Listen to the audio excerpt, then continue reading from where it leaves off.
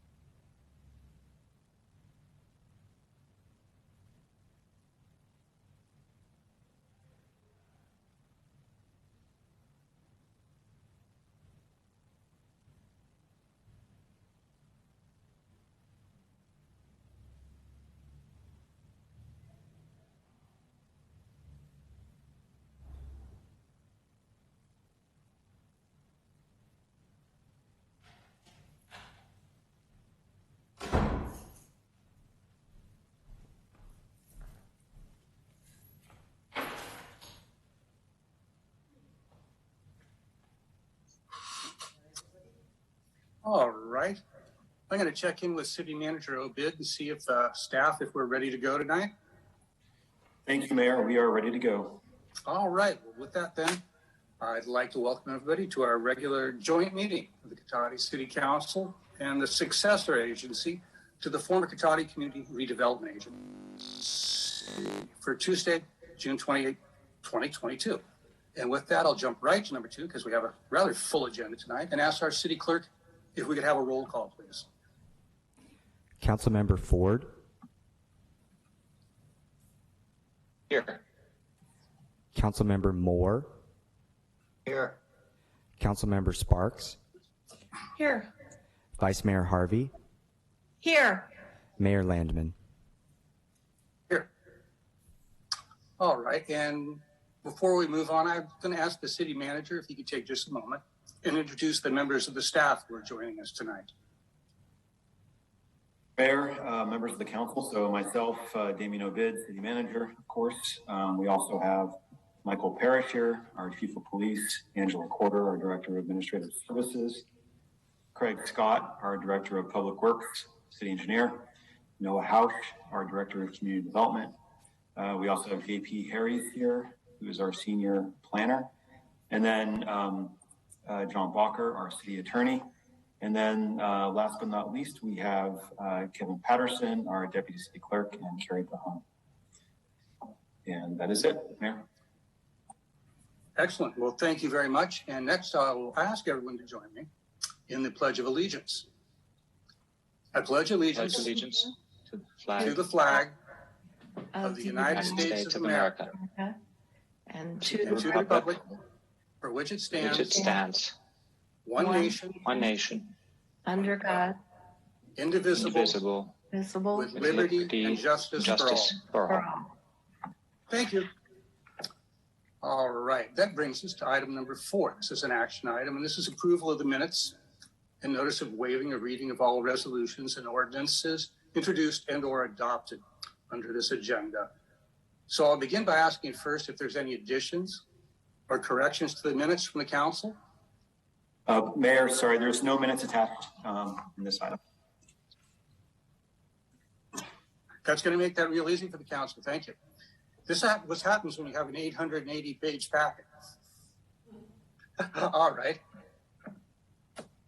So with that, then we move right to item 5, which is a little reading for me. We have some announcements tonight, and I will ask you to bear with me. And we'll begin with a meeting orientation for new attendees and viewers. In conformance with the Brown Act and the adopted City Council rules, the meeting agenda includes items labeled as action items, where the City Council will consider the item and the citizens are afforded the opportunity to provide comments relevant to the item being discussed. The meeting agenda also includes a citizens' business item, which is the designated place in the agenda where citizens have the right to say whatever they wish. The City Council may or may not choose to respond to comments as the government code allows. However, if the City Council declines to respond, it should not be perceived as giving credence to or agreeing with any statements that the City Council or its members might believe are incorrect, misinformed, or purposefully biased. Next, Measure S supports police services, a variety of recreation programs for all ages, and the maintenance of our streets, parks, and public buildings. And you can see details on the web at cotadicity.org all about this. Next, citizens interested in receiving City of Cotati community alerts via text or email are encouraged to sign up with Nixle by downloading the Everbridge app from the iOS or Android App Store, or simply by texting your zip code to 888-777. And finally, like always, we'd love to hear from you, so please feel free to contact the city at 707-792-4600 or at info@cotadicity.org. If you have a non-emergency issue after normal business hours, you can still contact us at 707-792-4611. And of course, if you have an emergency, please do contact 911. And you can continue to look for updates on the city's website and our social media channels, including Facebook, Instagram, Nixle, and Nextdoor. And this takes us to our next item, which is a proclamation. And we do have a proclamation this week from Zero Waste Sonoma. And this is in support of the North Bay Zero Waste Week. And I will read this. And I believe we have a representative. I believe Ms. Kushwa is here from Zero Waste to speak as well. So I'll begin by this. Proclamation of the City Council of the City of Cotati in support of North Bay Zero Waste Week, July 24th through 30th, 2022. Whereas the City of Cotati is a member of the Zero Waste Sonoma, ZWS, which is a joint powers authority. The mission of the ZWS is waste diversion, required by State Law AB 939. ZWS's programs include household hazardous waste, composting, zero waste planning, policy, and education. And whereas the US EPA has estimated that 50% of all greenhouse gas emissions are caused by the extraction, production, transportation, and use of goods, including food, products, and packaging, and that zero waste minimizes GHG production and therefore supports Sonoma County's climate initiative. And whereas in 2020, Sonoma County residents and businesses sent 648.58 tons to the landfill, generating approximately 105,000 tons of carbon dioxide. That was 2020, equivalent from decomposing organic matter. And whereas the short-lived Climate Pollutants Reduction Act of 2016, SB 1383, requires a 20% reduction of edible food waste by 2025 and a 40% reduction in methane levels by 2030. And whereas the jurisdictions in Sonoma County have collectively adopted regional goals for waste reduction, reuse, and recycling. These goals are stated in the countywide integrated waste management plan, as well as in the Sonoma County Regional Climate Action. Whereas the Sonoma County Central Landfill, a very valuable resource worth preserving, has a remaining capacity of 23 years. And whereas zero waste principles, in accordance with Cal Recycle's California Department of Resources Recycling and Recovery's zero waste hierarchy promotes the highest and best use of materials, emphasizing a closed loop system of production and consumption, and move in a logical increments towards the goal of reducing waste generation and landfill disposal by more than 90% through improving downstream reuse and recycling end-of-life products and materials to ensure their highest and best use, by pursuing upstream redesign and strategies to reduce the volume and toxicity of discarded products and materials and promote less wasteful lifestyles, fostering and supporting the use of discarded products and materials to simulate and drive local economic workforce development, and finally, by preserving land for sustainable development and green industry infrastructure. And whereas a resource recovery-based economy will create and sustain more productive, meaningful jobs than a disposal-based economy. And whereas the city of Cotati has assumed a leadership role by setting zero waste as a goal, and on September 10th, 2019, adopted a zero waste resolution that sets a goal of zero waste by 2030. So now, therefore, be it proclaimed on this 20th day of June, 2022, by the City Council of the City of Cotati, that the city encourages the pursuit of zero waste as a long-term goal in order to eliminate waste and pollution in the manufacture, use, storage, and recycling of materials. This goal can be achieved through action plans and measures that significantly reduce waste and pollution. These measures will include encouragement of residents, businesses, and agencies to judiciously use, reuse, and recycle materials, and motivation of businesses to manufacture and market less toxic and more durable, repairable, reusable, recycled, and recyclable products. And now, therefore, the City Council, the City of Cotati, does hereby proclaim July 24th through the 30th of 2022, Zero Waste Week. So with that, I will ask if our representative from Zero Waste would like to expand on that and has any words to share with us tonight. And welcome her. Thank you. I want to thank the City of Cotati on behalf of Zero Waste Sonoma. This acknowledgement of the inaugural week of Zero Waste Action is meaningful and appreciated. Zero Waste Sonoma, Recology Sonoma Marin, Saluna Outreach Solutions, Sonoma Water, UCCE Master Food Preservers and Master Composters, the Reuse Alliance, Zero Waste USA, Sonoma County Library, and Somo Village have been working together with many other community partners to offer a full week of events throughout Sonoma County, July 24th through the 30th. I invite all to visit zerowastenorthbay.org to see the full event listing and register for the symposium. Thank you. And thank you for taking time to be here tonight and for all the work you do in this rather important area. I'll first check with the council and see if any of my colleagues have any questions or comments they'd like to make. And if not, then I will, since we have had a little back and forth and read some proclamations, this is not an action item, but we will open to public comment right after the Vice Mayor has a chance to make a comment, because I see her hand up. Thank you, Mayor. I just want to thank the staff at Zero Waste for putting together this week. I know that a lot of people work very hard together. This is the inaugural week and there is a lot of activities, so please check them out. And I would also like to welcome Catherine. She's one of our newest members to the staff, and thank you for being here. And please check out all the things that will be going on during that week. Thank you, Mayor. Thank you, Vice Mayor. All right, with that, if we could ask our Deputy City Clerk to check and see if we have any public comments tonight on this.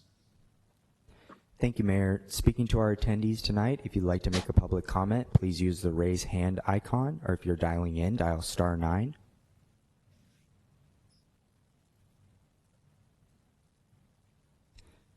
Mayor Landman, that will end public comment. All right, well, thank you. Well, then we're bringing it back to the council. We're moving next to our next item, which is item 7. This is approval of the final agenda. This is 2 as an action item. So I'll just simply begin by asking the city manager if we have any changes to the agenda tonight. Thank you, Mayor. No proposed changes tonight. All right. Now, this is largely ministerial, but since it's listed as an action item, I will ask to see if we have any public comment. If anybody would like to make a public comment, please use your raise hand icon.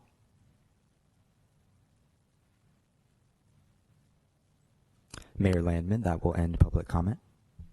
Okay, then without any objection from my colleagues in the council, the final agenda is approved. And we can move on to item 8, which is citizens' business and public comment for consent calendar items. And once again, please bear with me, I have a paragraph to read to you. Any member of the public wishing to speak to the council on any items or item listed on the consent calendar or any matter or matters not listed on the agenda that are within the subject matter jurisdiction of the council may do so at this time. Pursuant to the Brown Act, the council is not allowed to consider issues or take action on any item not listed on the agenda during this period. Pursuant to City Council Policy 2021-01, comments of any member of the public are normally restricted to a total of 3 minutes in length per person for matters not on the agenda, and a total of 3 minutes per person in length for any and all items on the consent calendar. And as always, the mayor may extend the time limit for a reasonable time where a disability accommodation has been requested. And with that, I'll ask our deputy city clerk if we have any citizens' business or consent calendar item comments tonight. Thank you, Mayor Landman. Speaking to our attendees, if you'd like to make a public comment, please use your raise hand icon.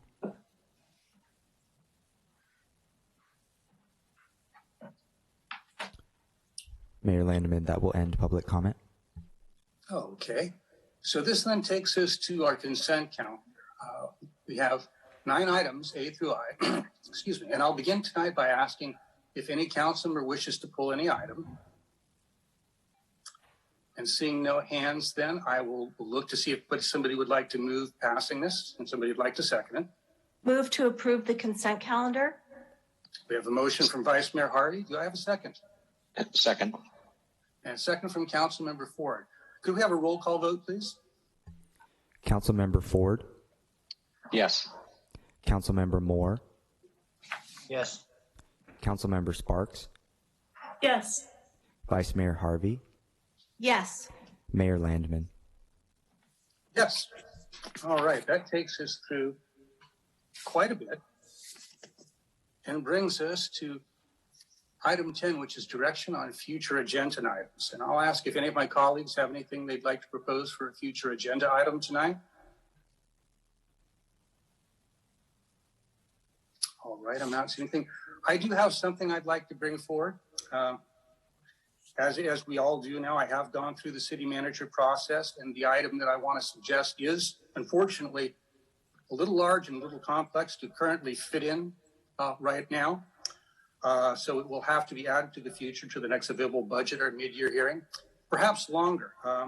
But basically what I want to ask for us to consider tonight is that we revisit Cotati's mobile home park rent stabilization ordinance. And very briefly, not to get deeply into it, but that currently we do have a rent stabilization ordinance, which we've had for many years now. And it's based on basically holding this price to the cost of living increase of San Francisco CPI, 100% of it. But interestingly enough, I recently found that even San Francisco, who also has a rent stabilization ordinance, doesn't use 100% of their CPI. They use 75%. And this was brought to my attention by one of our colleagues in the county from the city of Santa Rosa, whose city discussed this during their housing element earlier this year and is calling out making the change to moving their housing ordinance to 75%. A lot of reasons for that, which I won't get into tonight, but I think we should too. Many good reasons for this to support it. One reason is not my major motivation, but it's worth mentioning. This may also be part or useful for our housing element action to protect lower cost housing availability. So there's that as well. So at any rate, I just want to ask for that. And if there's no objection, then that can go in the back burner. And I suspect by the time we see it, I won't be here with you. I don't think Councilmember Moore will either. But I hope you'll take a good look at that. And hopefully we can do something to help in this one area of Cotati where we have not been able to do something for some years. So I'm seeing nodding heads. I'm not seeing any hands go up. I'm seeing thumbs up. That all sounds good. And Mr. Moore, I see your hand up. Is that a thumbs up or is there something you wanted to briefly say? Thank you, Mayor Lehman. I was just going to say that I would also support an agenda item on that as well. Very good. Well, thank you, Council. So, and apologies to staff. That's another big thing put in your lap, but we'll have some serious help from Santa Rosa, and you certainly should have all the time necessary to deal with. So hopefully that will work well. So that brings us next to our public hearings, of which we have 4 tonight. And we'll begin with our first one, which is item 11A. And this is a public hearing on a potential gas station fossil fuel ban for the city of Cotati. So I'll ask if we could have our staff report on this, please. Thank you, Mayor Landman, members of the council. My name is JP Harries. I'm a senior planner with the city of Cotati. And tonight is agenda item 11A. It begins on package page 202. And as the mayor noted, this is consideration of an ordinance that would prohibit fossil fuel sales for vehicles, otherwise known as like a gas station ban. Next slide, please.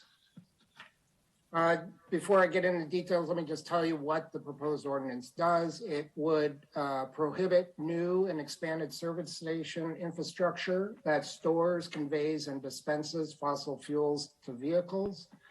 It would limit existing service station modifications to those that would, 1, improve soil, groundwater, and stormwater quality, improve traffic safety, enable battery charging stations, and provide for other commercial uses that are not related to fossil fuel sales, something like convenience store, for example.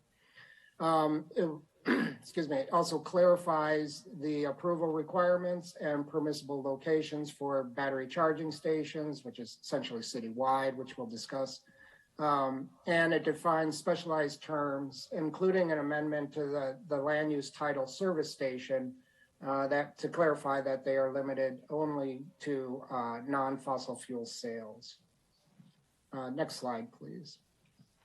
So just some, by way of background, some local actions that that caused us to bring this ordinance forward. First of all, and importantly, from 2001 through 2022, the city has been extremely assertive in its actions and goals and strategies to reduce greenhouse gas emissions.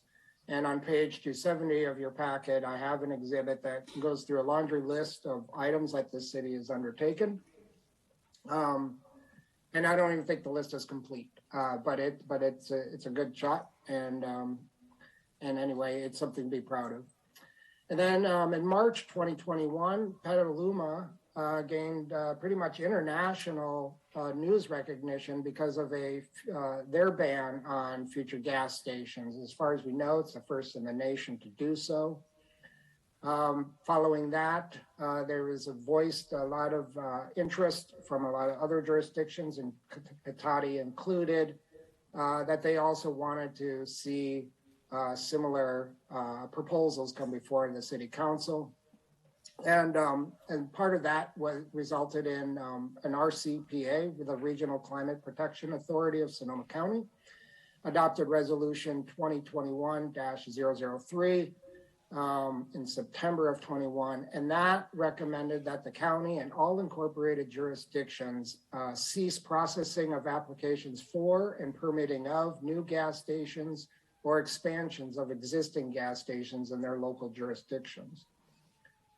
Following that meeting, during a city council discussion on community development priorities and commitments, the city council affirmed that they wanted to have a gas station ban as it was a priority for the council for this fiscal year, 2021-22. And then just so that you're aware, other local North Bay communities such as Sebastopol, Rohnert Park, Calistoga, and American Canyon have also gone down this path of adopting gas station bans. Next slide, please. What this ordinance does is it targets the transportation sector, which is overwhelmingly the largest contributor to greenhouse gases. Right now, the California's 2022 climate change scoping plan, which is still in its draft form, is showing that transportation impacts statewide result in 40% of the greenhouse gas emissions. In Sonoma County, that rises up to 60%. So it's by far the most significant contributor of greenhouse gas emissions. And within the city of Cotati, that number is even higher because we don't have fertilizer and livestock contributions, and our solid waste tends to be caught up in the transportation sector. So transportation is overwhelmingly the largest contributor of greenhouse gas emissions in the city, and is a good area to target for reductions. Next slide, please. Just so you're aware, there are currently five service stations in Cotati and another 11 in Rohnert Park. So there is abundance of gas station. Those arcs around it show basically a 5-minute drive from each gas station. And so you can see that there's nobody that is burdened by not being close to a gas station. We have plenty. And when you get there, the lines are not long. It's very simple to get gas here. It's not a problem. Next slide, please. Additionally, the Regional Climate Protection Authority adopted in March of 2021 the Climate Mobilization Strategy. This is a guidance document for the city. And it has an overall goal of attaining carbon neutrality by 2030. This is much more aggressive than the current state goal, which is 2045. And then within that strategy, an important strategy is Strategy 4, which is EV Access for All Partnership. And it includes, I think it has 4 real objectives, but 2 of them are really salient for tonight. And that is work with regional partners and local businesses to develop over 10,000 public and workplace charging stations in Sonoma County by 2027. And 2, the most important one, develop a package of local ordinances and other actions to address remaining permitting barriers for installing charging equipment while also limiting permitting of new fossil fuel infrastructure. This ordinance is also consistent with 2 statewide executive orders, Executive Order B4818, which was signed by the governor in 2018, calls for 5 million zero-emission vehicles on California roads by 2030, 200 hydrogen stations, 250,000 zero-emission vehicle chargers, including 10,000 direct current fast chargers by 2025. It's also supports Executive Order N7920, signed by Governor Newsom in September of 2020, and that targets carbon neutrality by 2045, and wants 100% of in-state sales of new passenger vehicles to be zero emission by 2035, and 100% of medium and heavy duty vehicles to be zero emission by 2045, for all operations where feasible, and 2035 for drayage trucks, which are just short distance trucking. Next slide, please. Our general plan includes a couple elements that are important to this. Objective CI 3A, which is part of the circulation element, is to reduce the levels of greenhouse gas emissions created by automobile traffic in Cotati. Also, conservation element includes Objective Con 2B, which is to reduce emissions of greenhouse gases from city operations and community sources. And then also we do have a climate action plan, which is Climate Action 2020 and beyond, and it includes 2 goals that are important for tonight, which is Goal 5, is encourage a shift toward lower carbon transportation options, and Goal 7, which is encourage a shift toward low carbon fuels in vehicles and equipment. Next slide, please. So now getting into kind of the meat, we don't have a definition for gas station. We use the term service station, and this is the definition. It means Service station means a retail business selling gasoline and or other motor vehicle fuels and related products. And then where allowed by Article 2, it can also have other businesses associated, such as a service station or vehicle services. And presently, gas service stations are allowed with use permit approval in 4 different zoning districts within the city. CE, which is the commercial East Cotati, which is the basically the commercial corridor along East Cotati Avenue.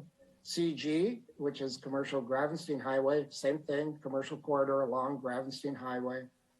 Downtown commercial, which is kind of a smattering of about 12 separate parcels that really surround the named streets around La Plaza, so along Charles and William, and I don't think the other one, Henry Street, I believe also.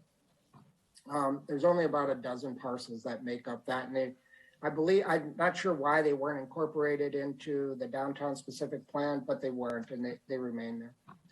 And then we have Commerce Avenue, which is a district within the downtown specific plan. And it's only those businesses from El Ranchito, right where Commerce Avenue starts, north to the border with Roanoke Park. So it kind of ends at the Splash Car Wash there. So those are where service stations are currently permitted. Next slide, please. And this is an image. It's a partial map of Cotati. CG district is not well shown in here, but that's the orange side. The light pink, the light purple at the top is the CA district. And it's hard to see, but the pink around the name streets of William and Henry and Charles are where those CD parcels are located. And then, of course, there's the red CE along East Cotati Avenue. Next slide, please. In addition to the zoning, there is a fairly decent section on how the standards for service stations, and that includes permit and application requirements, the limitations on locations, site requirements, site planning standards, building design standards, facility operating standards, which kind of accessory uses are allowed, and requirements for removal of the tanks and pumps upon cessation of use or a change in use. And we are proposing an amendment to this section, which we'll discuss in a moment. Okay, next slide, please. So the first thing that the ordinance does is it proposes to change the definition of service station to service station non-fossil fuel sales, parenthetically, and which means a retail business, and then that provides electrical charging or fueling for vehicles, but does not include the sale of fossil fuels. New or expanded facilities to store, convey, or dispense fossil fuels are prohibited.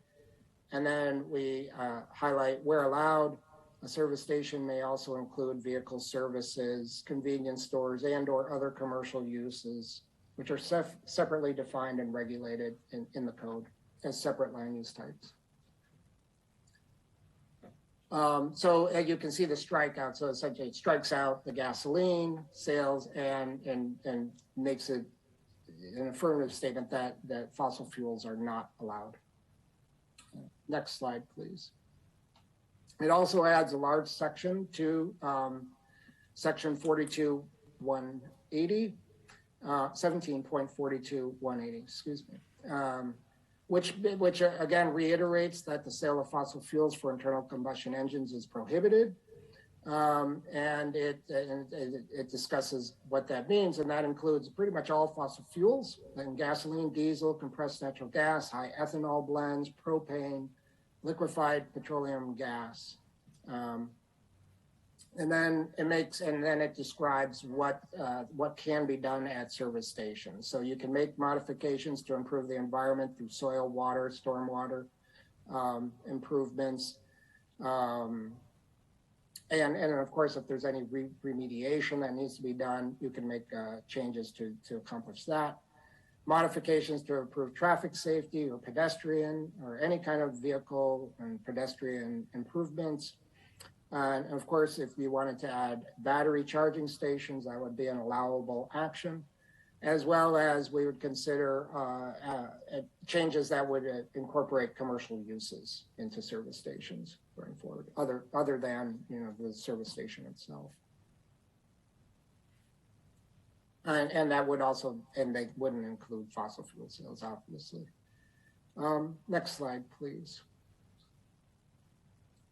The other thing it does is the ordinance clarifies that charging stations. Currently, there's nothing in the land use code that discusses electric vehicle charging stations. So this just clarifies that they are allowed as a permitted accessory use in all zoning districts, all citywide. There's no district that would be exempt or that would be excluded from allowing accessory charging stations, and that no use permit is required. That the approval is discretionary. This is by state law, unless there's a public health and safety matter that the building official identifies. They must be approved through a building permit, essentially.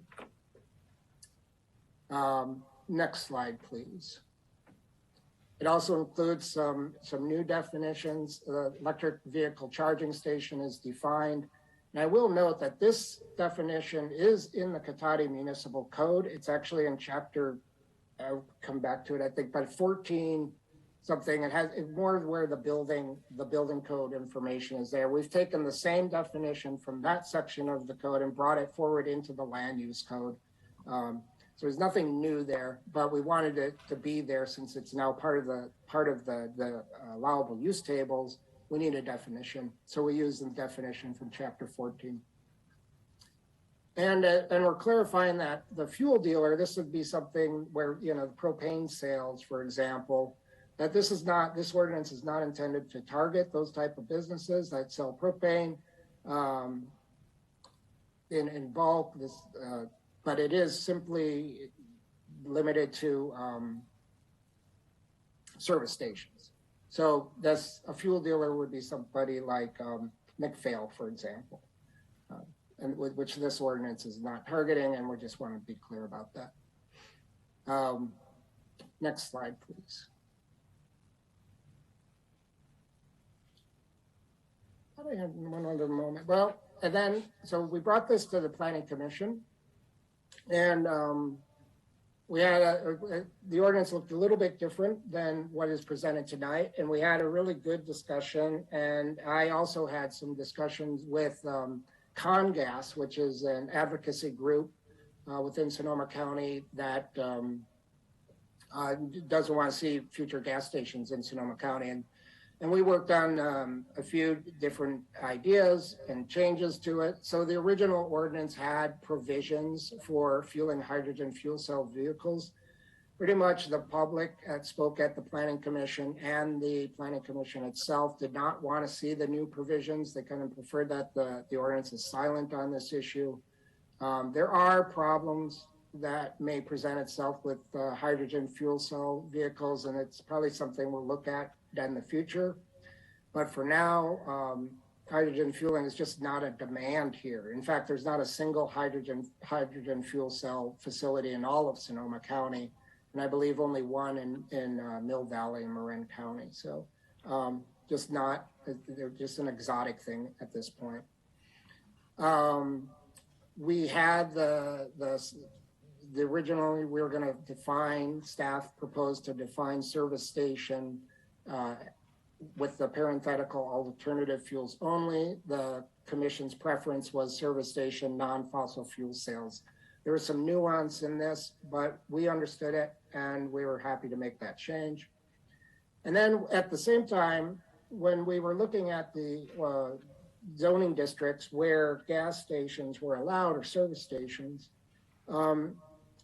CD just struck us. It was just an odd one because there's not a single parcel of those that I mentioned that would be eligible to build a gas station because of the other restrictions on location, primarily location requirements. So our proposal was to let's just eliminate it from the CD district since there's no feasible place for it to go anyway. So it was part of a cleanup that we attempted to do. However, because of the proximity of certain commissioners, we couldn't get a quorum on that, so we didn't have a recommendation on that. But I had included it in the draft ordinance that originally went out when our city attorney reviewed the draft ordinance. Because we didn't have a recommendation from the Planning Commission on this particular item, and their recommendation was to remove it from the ordinance. So we have. So the ordinance no longer includes a provision to eliminate it from the CD district. However, like I said before, there are no eligible parcels within the CD district, so it's kind of moot.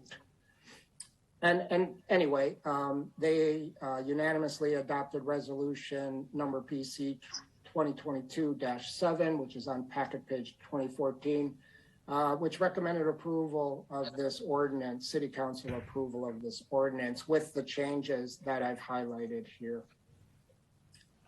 And next slide, please. And so the staff recommendation is city council adoption of the proposed ordinance to provide provisions for electrical vehicle charging and to prohibit new or expanded service station facilities that store, convey, or dispense fossil fuels to vehicles. And with that, I'm happy to answer any questions and hear any comments or changes that you'd like. Well, thank you very much. I'll take this to the council and see who'd like to begin with questions. And I see a hand from Councilmember Ford as well as Councilmember Sparks. Thanks, Mayor Landon. Thanks, JP, for the presentation and for all the work on this. A couple of questions. Do we have any parcels that have still valid use permits that aren't currently operating as, I'll call them gas stations?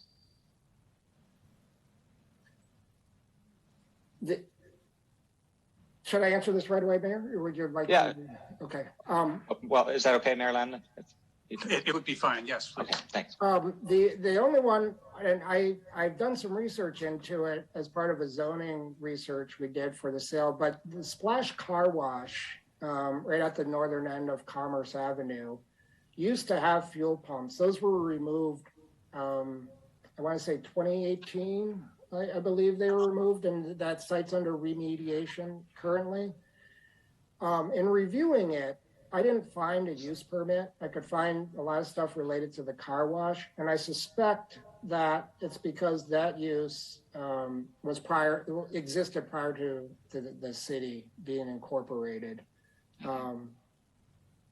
So I'm just trying to get at the question of whether there are any sites that might claim they had existing fuel services and could reactivate without being banned by this. So maybe that would count as expanded use or something like that would be banned. Yeah, well, I think it would. As far as I know, no. I mean, that would be the only one that's really of any kind of question. But again, those pumps have been removed. Our ordinance does include provisions, if you stop fuel sales for a certain amount of time, that you cannot reinstall that. Now, that would be something that we would have to look at carefully because it may conflict with certain laws regarding the rights that are granted when you receive a use permit. But if there's any, that would be the one. The other ones are long extinguished. Okay, thanks. One other question about the definition of a EV charging station. I know you just pulled that forward from the building code, but it specifies plug-in electric vehicle, and I'm curious about why there are other potential charging mechanisms besides a plug, and I'm wondering if there's a reason to limit to plug-in electric vehicles. There are, drive-over chargers and things like that are sort of in development. Yeah, no, there was no specific reason for it to be that way. And you're right, I did just carry it forward with not realizing that there might be another way to charge, like drive in? Is that like a battery replacement mechanism? No, there are some mechanisms that are actually in use by some mass transit where it's a big version of wireless phone chargers. Okay. There's no plug, but there's. Anyway, you can consider that for a future cleanup. If any of those technologies come down the line, we'll just remove the words plug-in, I think. Thanks. Yeah, I don't, and if that came forward, I think you'd see us, unless it was something really unusual, we would approve it as if it were any other electric vehicle charging. Yeah, thanks. All right, thank you, Mr. Ford. Councilmember Sparks, you're next, followed by Vice Mayor Harvey. Thank you. It came up in some questions I had asked to Mr. Harris earlier that we do have 2 gas stations currently in the North Gateway district. So there are 2 stations that are sort of in a non-conforming use right now. So my question is, how would this apply to them in terms of if at some point in the future, if they wanted to install charging stations and whatnot, would they be prohibited from doing that because the new service station non-fossil fuel category is not an allowed use in that district? So there are 2 service stations located in Northern Gateway, as you mentioned, that are legal non-conforming. And you would always have to look at the application, but let's just take, for example, one of these stations. If they wanted to pull out a pump and replace it with electric vehicle charging station, we would absolutely go, allow for that. If they wanted to install vehicle charging stations at any of their parking spaces, we would absolutely approve that kind of change. If they were proposing to really expand the use itself, then that would require much more rigorous, examination on are they expanding a non-conforming use. So it may prevent them from expansions in land area, but not that would prevent them from, making improvements to their facility, making modifications to their facility, maintaining their facility, as long as it's consistent with the items that I presented earlier. But if just to make sure I understand correctly, if they wanted to rip out all their gas pumps, just put in a huge array of vehicle charging stations that was larger than the gas pumps had been, we would sort of have to take a real close look at that. Is that what you're saying? Since it's not. Well, I think if it were, and let Noah, he's obviously shown up to also jump in, but if it weren't expanding the area that it's using now, I think that would be absolutely fine with us, Okay, and would that approval happen at the staff level? No, probably not, because you'd be talking about. I need to be careful if you're just adding certain stations to like the existing parking areas. That by state law, those are ministerial approvals. If you're talking about like tearing down the whole facility and rebuilding something that's within the kind of the same area, then that has to go to the Planning Commission, because we at staff don't have the authority to approve that through design review. So that would have to go to the Planning Commission. Okay, thank you. Vice Mayor Harvey, I believe you had some questions. Yes, I do. I just want some clarification on the wording in the proposed ordinance. It says service station non-fossil fuel sales means a retail business that provides electrical charging or fueling for vehicles, but does not include the sale of fossil fuels. My question is, does that not negate every station that we have? And all of a sudden, if we approve this, they all of a sudden can no longer sell these fossil fuels as of tomorrow?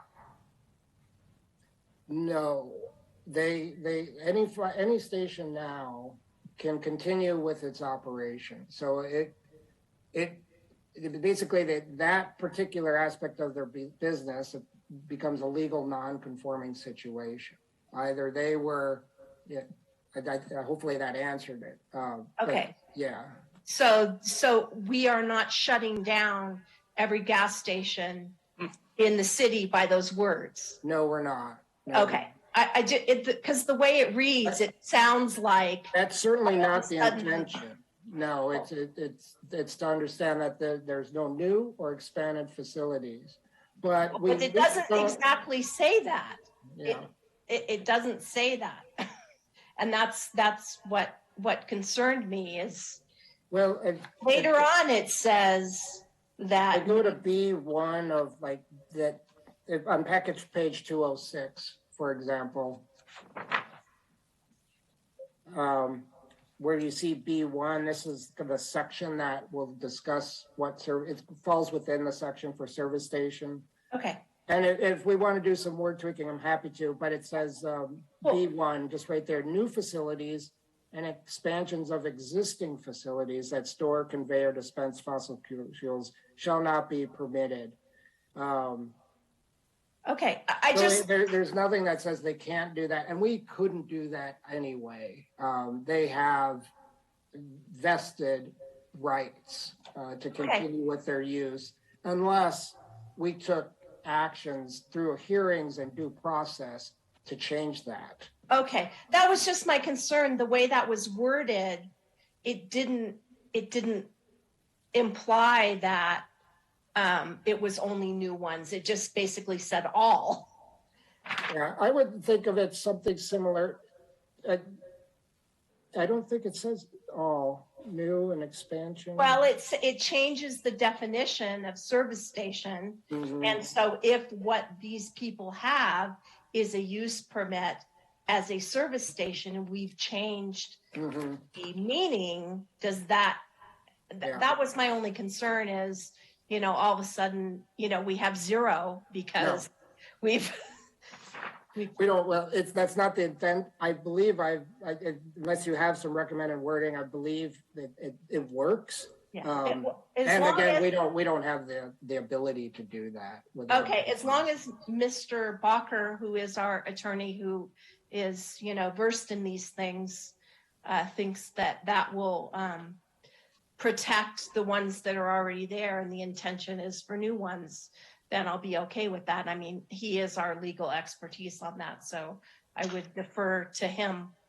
I just, Mr. Mayor, just to clarify, I did review the ordinance and I originally had the same concern and I reviewed it and I'm comfortable that it only applies to new uses and expansions of existing uses. So I'm comfortable that it won't create any issues with the existing users.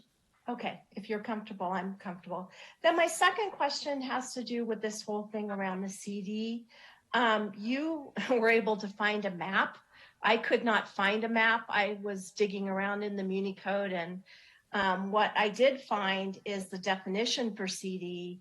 And in the definition in 17.20.030B, it defines CD there, but it talks about CD being all the way from Page Street down Old Redwood Highway north to Highway 101. So your map that you showed us a picture of is very different than the words that are in the Muni Code. Well, we do have the zoning map, which is the official map, and now you're highlighting probably something that we need to do is go in and amend the municipal code to be consistent with the zoning map, which is adopted. The zoning map is not included in the municipal code. It's a separate document, and you can find it on our website within the community development area. That's probably the best place to get it. Okay. Of course, we have maps in the office as well. Right. And that was a beautiful map that you showed in your presentation. So thank you for that. So I think then, as far as CD is concerned, I think that we need to address the wording in 1720.030B because it definitely does not match the picture that you showed. Vice Mayor, can I recommend that we do that as a separate action? Sure, absolutely. I just wanted to point that out because when I went kind of looking for this, what I was concerned about were the two stations that reside on Old Redwood Highway. If all of a sudden we were basically closing them down because they were in what the words say are the CD. Yeah, thank you for pointing that out. Okay, then that's all my questions for right now. Thank you, Mayor. Thank you, Vice Mayor. Councilmember Moore. Here, Mayor Landman. Thank you, Mr. Harris. I have a question. Can we elaborate a little bit more on why we are not allowing for the hydrogen fuel cells at stations? We're not prohibiting it. There was, and you may hear from some of the public later, we did include some provisions for it. It was just that, that would be an allowable use. There was a concern that we were trying to do, where we were conflating things that we wanted to promote with actions that just rather than targeting the fossil fuels. There was also a concern that we would be encouraging hydrogen fueling in the area, and that might promote the wrong type of vehicles. Also, hydrogen fuel is sourced from fossil fuels almost entirely. It is sourced from natural gas. Which wasn't consistent with what members of Congas and some of the other members of the public wanted to see, at least be vocal about it. So the recommendation was to just be silent with respect to hydrogen fuel cell. And that's the reasons right there. So you're indicating that hydrogen fuel cell vehicles can contribute to the greenhouse gas concerns? The vehicles themselves are zero emission vehicles. They use hydrogen fuel cells to power an electric motor, but the generation of the hydrogen is almost always comes from natural gas. There are ways to produce hydrogen, but not without doing that. You can crack water, for example, but that's not done at the commercial scale. Okay, I guess it can be readdressed down the road if that becomes a concern and lack of those facilities. Yeah, I think that was why we were willing to let it go at staff level, was because it's just not a pressing issue for us right now. We included it because there's really only two types of zero emission vehicles in commercial production, which are hydrogen fuel cell, very, very, very small percentage, and then electric battery charge vehicles. Thank you. All right, thank you, Councilmember Moore. I'm not seeing any hands up right now, so I will close that. I'll remind the council, once again, I am stuck running this meeting through a phone because my city device Wi-Fi has decided not to play with us tonight. It perhaps felt that the agenda was too long. I just don't know. So at any rate, bear with me. And if you need to speak and I can't see you, please feel free to speak up. And with that, since we've done our round of questions, I'd like to now open the public hearing and ask the city clerk to open it to comments from the public. Thank you, Mayor Landman. Speaking to our attendees, if you would like to make a public comment, please use your raise hand icon. Jenny Blaker, please go ahead.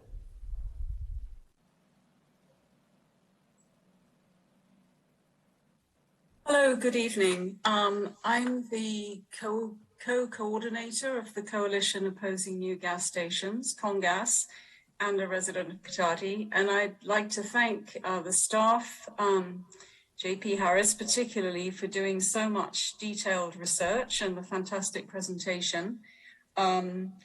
My co-coordinator, Woody Hastings, I hope he's going to speak because he is much more knowledgeable about hydrogen and the reasons why that was not included.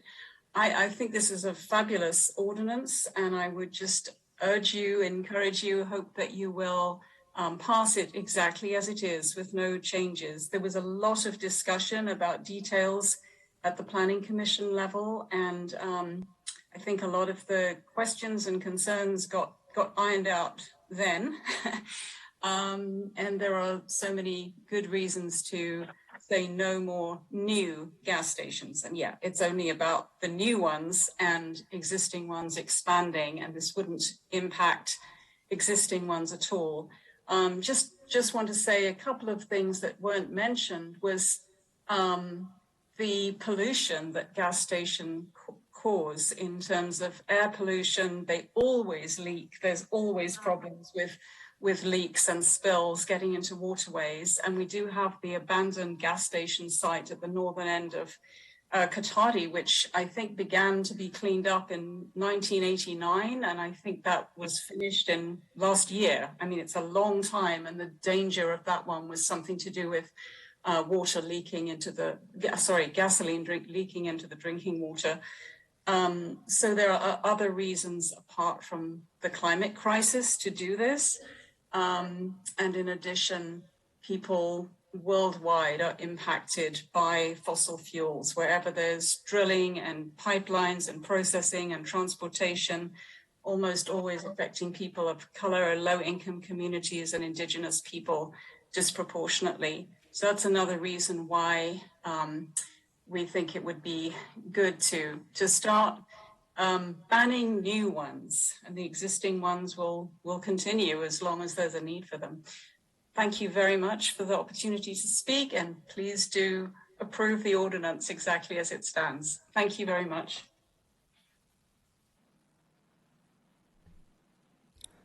Lori Ann Barber, please go ahead. Hi, thank you.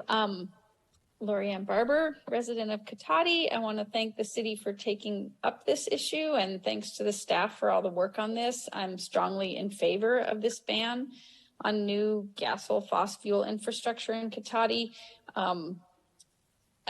Gas stations are soon to be actually a bad business investment because cars are mandated to be electric in California by 2035. So we wouldn't really want to encourage businesses that weren't going to do well.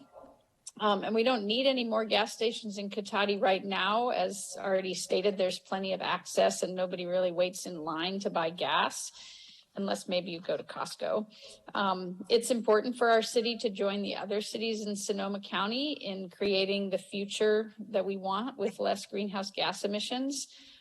As Jenny mentioned, gas stations are polluting and hazardous. As a Katati citizen, I would not be in favor of adding any more toxic infrastructure. So I support this ban, and I appreciate this as a way for Katati to meet our climate goals and set an example for other jurisdictions, and really just to help out the climate crisis in general. So again, I'm in support of this ordinance, and I thank you for your time.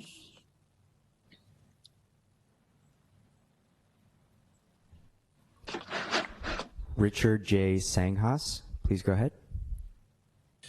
Hello, I am speaking in favor of this ban as well. I think that we are in the transition times, and this is a very appropriate step forward as we move through without it being a radical change. Others have spoken to many of the issues, but I think that the idea of a suitable transition is worth mentioning as we go through it. I have seen also times when businesses have failed, and as we just heard, somebody was saying maybe it's not a good investment, but sometimes people don't realize that. And I would hate to see a bankrupt business or one that is closed being tried to be reached out to help mitigate what's left behind. So I would strongly encourage us to move in this direction. I appreciate all the work that so many people have done. I think there's been a lot of legwork, a lot of real deliberation here. So I don't think that this is hasty at all. I think that it's, most of the considerations that would come in have been addressed. So once again, I support the ban. Thank you.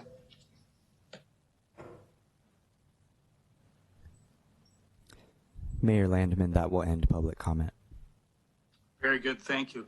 With that, I will close the public hearing and bring it back to council and see if I have any discussion from any council members. And I see a hand up from Council Member Ford. Please go ahead. Just a quick discussion on that CD district issue. I'm in favor of not removing it as a permitted use in CD, just because the definition of service station no longer includes fossil fuel sales. And so it's not clear to me that the same sites are going to be appropriate for electric vehicle charging as were appropriate for dispensing gasoline. And given that it only applies to a few parcels. I don't see a reason to remove it as an allowed use in that district right now. So I'd favor approving as the Planning Commission recommended it. All right, thank you. I'll ask the rest of my colleagues if anybody else has any comments before I ask for a motion. Not seeing any hands jump up, I'll just quickly say it is amazing sometimes how quickly preconceptions that we've had for generations, frankly, for years, all our lives perhaps, to just fall away. You know, this whole thing began in Petaluma, and my understanding from the people involved in this, the original concept isn't even what we're finally looking at tonight. The idea was that they were dealing with a problematic application for a gas station down there. And in trying to deal with it, one of the best directions appeared to be just flat out looking at, could we ban all new gas stations? And that's, I think, when the realization came upon, wait a minute, actually, we have plenty of service station infrastructure. We are very well served. And that was like a bolt from the blue. So that's something of interest to me. Very quickly, here we are less than a year later at this point. We'll probably talk more about that later. But before I ask for a motion, I would like to give credit to Councilmember Ford for being the first among us to very quickly recognize the value and the appropriateness of this and bring it to the council. And with that, if there's no other discussion, actually, if I'm going to ask for somebody to move the introduction of this ordinance, I'd like to ask Councilmember Ford if he'd be willing to do that. I'd be happy to, Mayor Landman. Thanks. I would move to introduce an ordinance to prohibit new and expanded service station facilities that store, convey, or dispense fossil fuels. All right. So now the suspense continues. Do we have a second for that? I would like to second this motion. All right. A second from Councilmember Sparks, who kept her composure too. Nicely done. So we have a first and a second. Can we have a roll call vote, please, tonight? Councilmember Ford, Yes. Councilmember Moore, Aye. Councilmember Sparks, Yes. Vice Mayor Harvey, Yes. Mayor Landman. And that's a yes for me too. So this motion carries unanimously. So we'll see when this comes back. Thank you, staff, for that.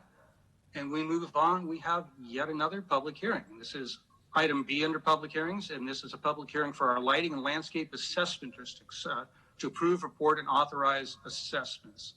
And so I'll ask if we can have our staff report for that, please. Sure. Mayor, members of the council, this is Craig Scott, City Engineer, Public Works Director. We conduct this process annually. Back in from 1989 to 2003, the city created 10 landscape and lighting assessment districts as a way of recuperating costs to maintain the landscaping and the streetlights for development. So that is done as part of the Lighting and Landscaping Act of 1972, which does require us to go through a very strict annual process. This is the third visit to council for this year. The first was in January for this year, and it was to designate the engineer, the city engineer, myself, as the engineer of record to prepare the report and to go ahead and authorize the preparation of the report. In May, the draft report was presented to council, and a resolution of intent to levy the assessment was made, as well as setting the public hearing for today. And this meeting has been duly noticed, and we're in good, everything's lined up to go ahead and receive the finalized report and levy the assessments through the resolution. And after following that, the staff would go ahead and prepare the assessment roll and submit it to the county assessor's office. Next slide, please. And the next slide. So these are the 10 zones. It was originally formed as 10 separate districts, which each required their separate resolution, which became pretty mundane, as some on the council could attest to. And so I think it's 4 years ago now, we decided we saw a way with the Landscape and Lighting Assessment District Code to combine those districts into a single district, with each original district retaining its original qualities, characteristics, but as zones within that district. We've got Valparaiso, which was the one originally in 1989, and then all the way to 2003 when Altman Acres was formed. And you'll see the asterisks on the last 4 zones there. That means that the city got a little bit better at doing this along the way and realized that the cost of utilities and labor and so forth would go up over time because of inflation. And so those have the ability to be adjusted each year by the San Francisco Construction Cost Index. Next slide, please. Here's a map just showing where these zones are. It also kind of gives you an idea of the relative size. We've got zones that have as little as 14 houses on it to zones with 70 homes within this assessment district, within each zone. Next slide, please. Okay, there's a couple slides here that summarize the, what we're doing, with each zone. This one basically says, hey, we do routine maintenance. Okay, we keep up the streetscape and make sure we replace broken bulbs, burned out bulbs. And so this slide highlights, hey, what do we do that's like a little bit beyond that? And so this past year on Zone 2, there's been a long-standing issue with a couple of pretty large redwood trees breaking up the sidewalk and causing tripping hazards. If you remember, we had a barricade there for over a year, if not a year and a half or 2 years, because the sidewalk was that broken up. And so we did get to that this past year, and one of the trees had to be removed, but we were able to salvage the tree that's on the corner of Aguirre Way and Myrtle. Both sections of sidewalk were demolished and replaced, and so that is now safe for pedestrians to go through there. And we did involve the residents in that zone. We had a couple community meetings to see what our options were and let everybody know what we were considering that this needed to be addressed. Zone 8, Park Meadows, that's McGinnis Circle. Remember 3 or 4 years ago, we put in lights. So one is shown in the picture there along the trails, the pathways. And so that was funded by the assessment district. We built up the revenue since the reserve balance since then, and we're ready for another capital project, and that is in attachment C of the report. And it's also in our multi-year capital plan that you'll be hearing that's wrapped into the budget later on in a presentation. And yes, it's funded by assessment district, and because it's a capital project, it belongs in that multi-year city capital plan. We have prepared the design and put it out to bid, and we've selected a contractor for that. This is the project that's combined with Pocket Park Pathways, but we'll keep the expenses going to the correct accounts. And for the Landscape and Lighting Assessment District, there's the pathway with asphalt that's very bumpy and broken up and split and cracked, that goes from McGinnis to Marsh Way, and then also from McGinnis to the Laguna Bridge. And there's going to be a conform there, and the pathway, we've got a plan for decomposed granite, which is what we're seeing around town across the street from City Hall, West School Street. We just put in that type. It's got a binder in it, so it keeps it very much together, and it's holding up well in other applications around the city. And we like it. It's providing a real sense of place when folks are walking around town and say, oh, you know, here's this similar looking pathway, very pleasing to the eye. So we're looking to put that in. And then Centero Way, we did some repairs to the irrigation system and removed a fallen tree. It was windy one day and a branch fell off, and so that tree had to be removed and replaced.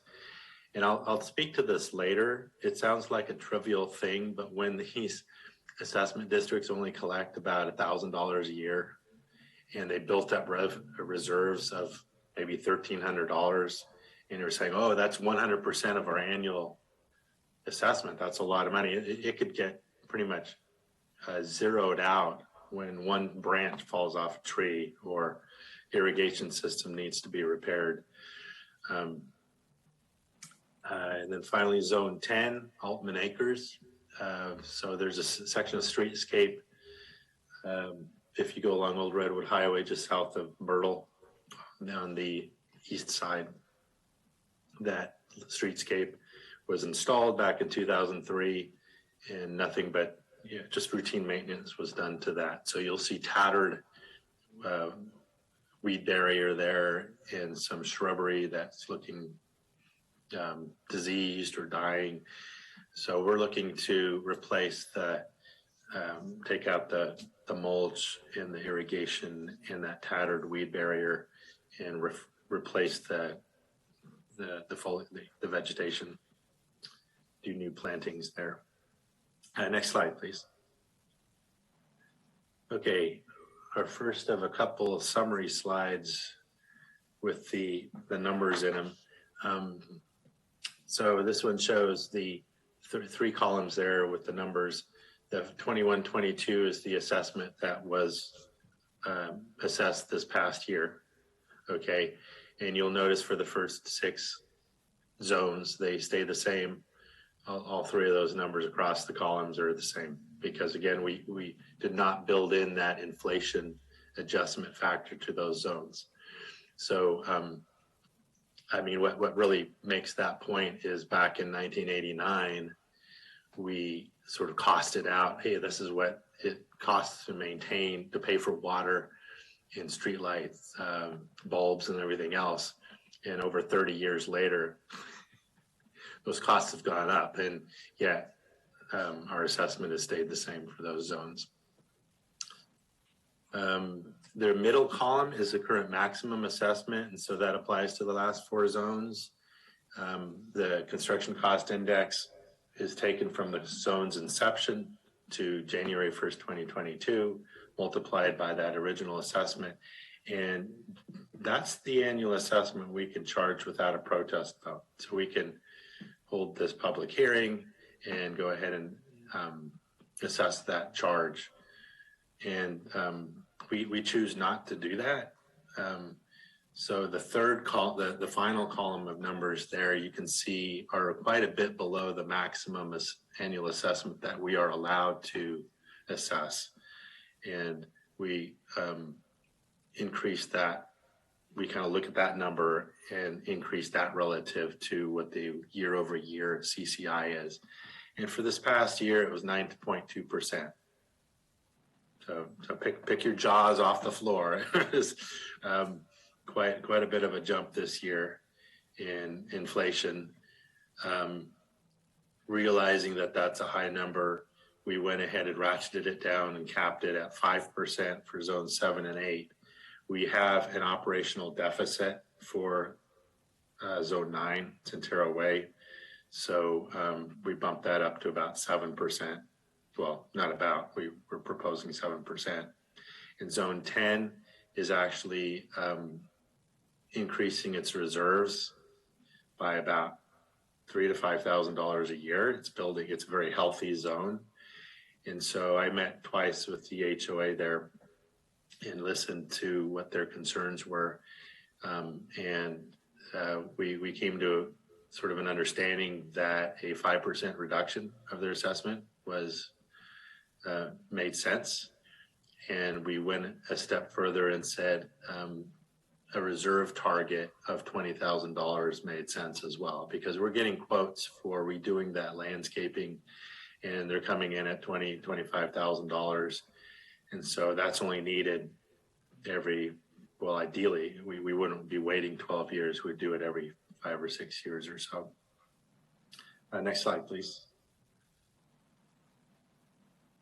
Okay, so we looked at assessments and what the relative increase of assessments each year. This is the running balance of the reserves. And so again, this is the concept is it's a safety valve for anything that might go wrong in this zone, where we would like to just kind of continue to march along each year with a fairly predictable annual expense of maintenance, but things happen, right? Sidewalks get cracked up and irrigation systems break and trees fall down. So the ones that are in the low 1 or 2 thousands, they're one instance away from just zeroing out those reserves. So I wouldn't give too much weight to, like a 300%, 317% larger than reserve or annual revenue for zone 1, for example, because $7,600 is, it doesn't go far with capital projects.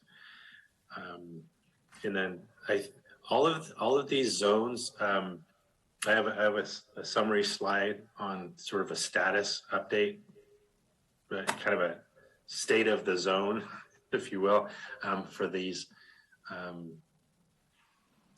But the ones that kind of stand out as being kind of on life support are zone 2, which currently has that's what the footnote is addressing.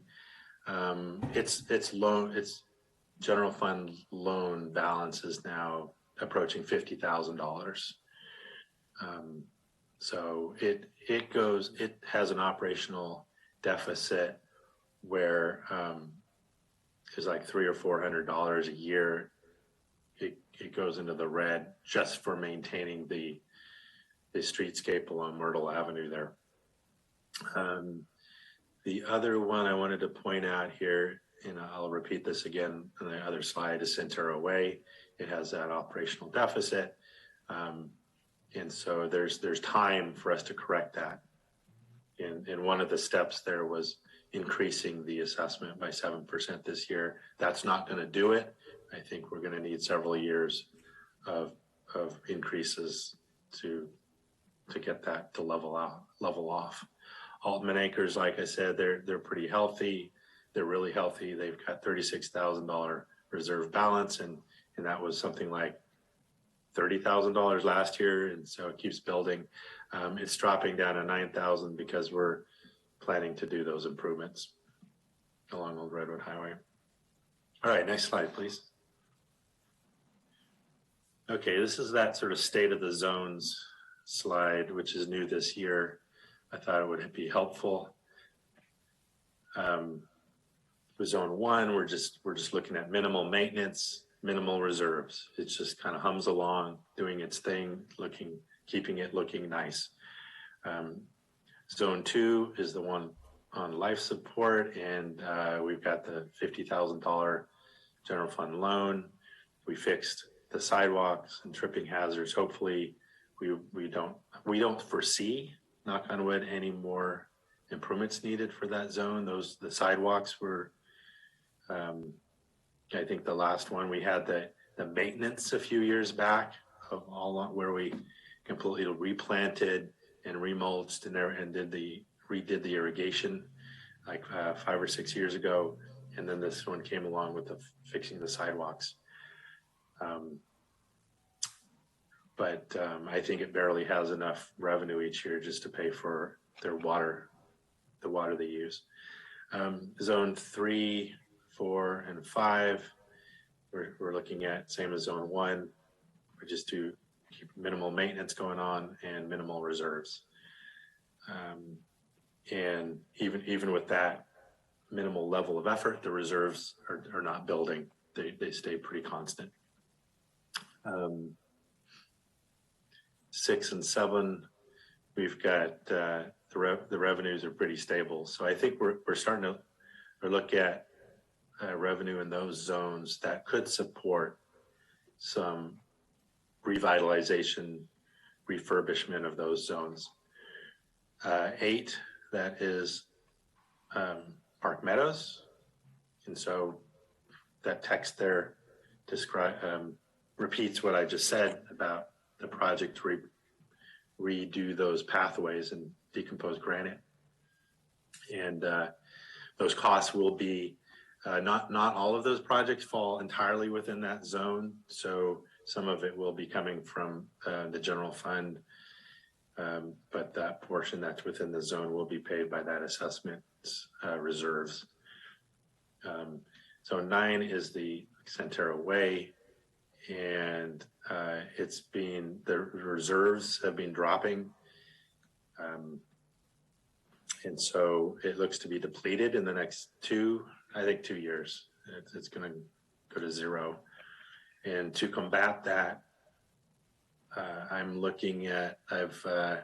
solicited quotes for getting landscape services to switch landscape provider services to see if there'll be a break given there, because we just got an update from our current provider saying, hey, we're increasing your rates because of our increased costs. So staying the course on that zone is not going to be the way to go. It just makes this picture worse. Hopefully we can get somebody that's a little more economical for us. And then zone 10, same thing. Their zone reserve is approaching $40,000. We're getting quotes to refurbish their streetscape.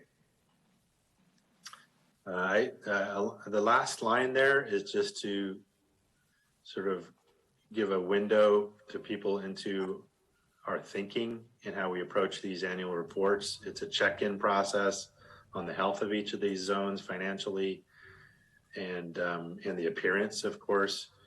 But each time we do this, every year, we see upward pressures on utility costs, contractor costs, energy costs. Everything's creeping up. We put like a 5% inflation factor in there, and sure enough, that's what the actual expenses turn out to be. Between 4, 5, 6% every year. So that's making it really challenging to continue to have healthy zone balances. One silver lining, one good piece of news is I've gotten a lot of help from the Administrative Services Department, and a couple of years ago, the accounting system was revamped, and with a push of a button, we get these summary reports on all of these expenses in these specific categories. And so it takes me about 2 hours to update those tables in the report. And so our costs have been cut in half just from last year to this year. We don't have this year's yet, but the last year's and the prior years, it went down by half. So it was, instead of $10,000, the administrative cost that's distributed amongst the 10 zones went to $5,000. And we hope that we can keep it at that low level. All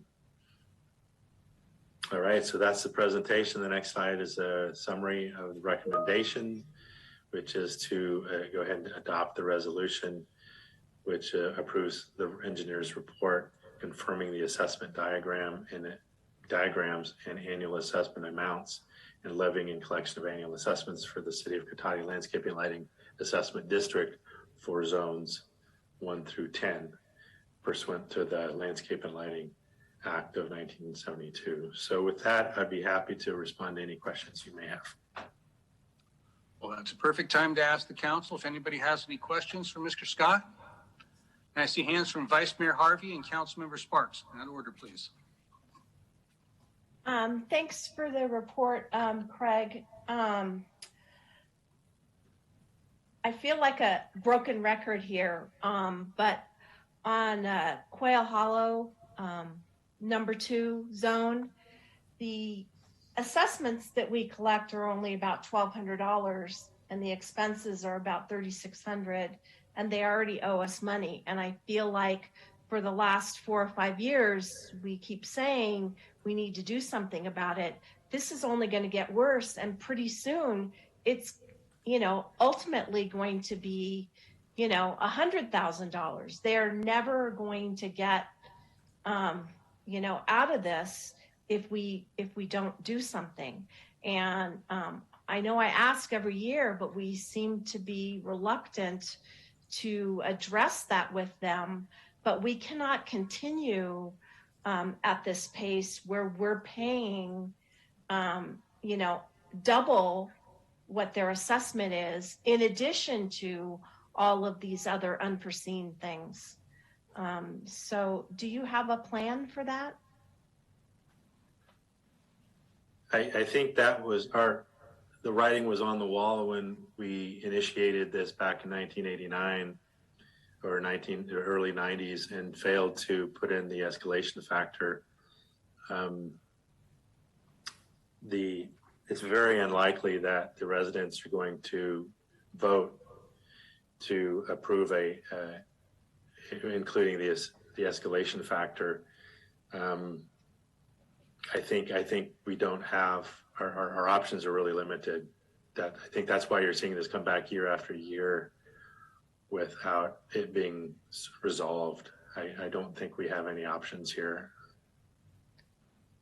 Well, I would like us to look at options because I really don't think that it's really very fair to all of the rest of the districts, nor the rest of the citizens within the community to keep having to, have this fund being owed to us grow the way it's growing. At some point, do we just stop maintaining it? Or, it just doesn't seem quite right the way it is exponentially growing, and that there's nothing that can be done. So I just would like to see something done about that. And I do appreciate, because I have been around long enough, that we don't have to do these one by one. So I do appreciate that you've combined those. So thank you for that. We appreciate it too. I bet, yeah. That was really painful to go through these and adopt these resolutions and read them each one. So thank you for that. So thank you, Mayor. Thank you. Councilmember Sparks. Thank you. I have 2 questions. The first one is related to Vice Mayor Harvey's comments and question. I'm curious to know how do we fund maintenance on the landscape on the rest of Myrtle Road, on the other side of the road, and then down farther to the east that's not part of that district?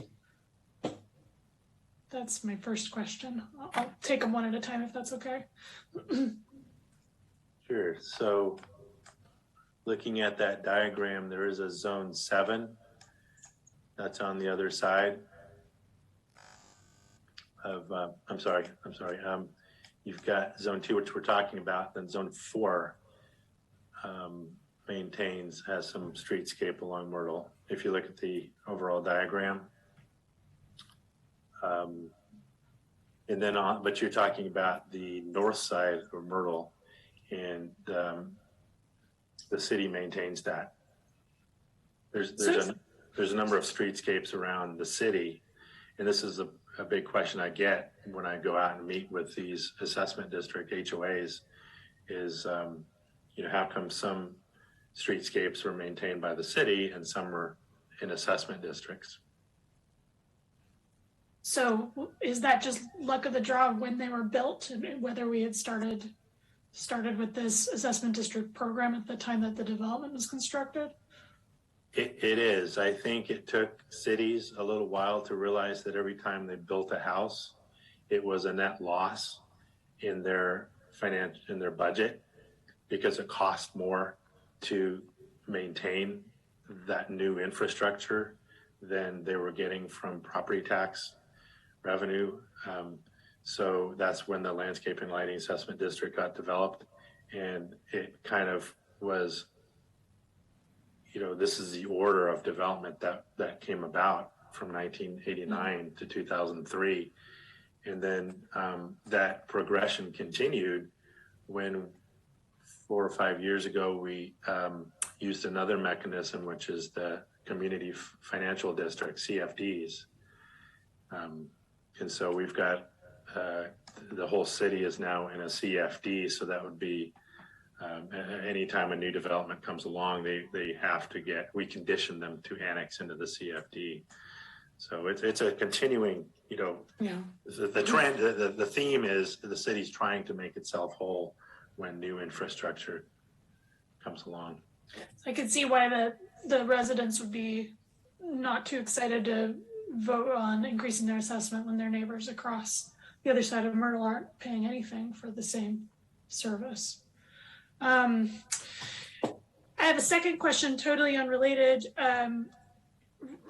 Looking at Zone 10, the Altman Acres, where there's going to be the planned streetscape improvements. I know it's a very small stretch of road, but I'm wondering if there's room there to try to do some pollinator-friendly, monarch butterfly-friendly plantings when we do that. And maybe, I don't know if the HOA there, the members of that district would be open to something like that, but I think it would be great to have some better monarch habitat along the side of Old Redwood.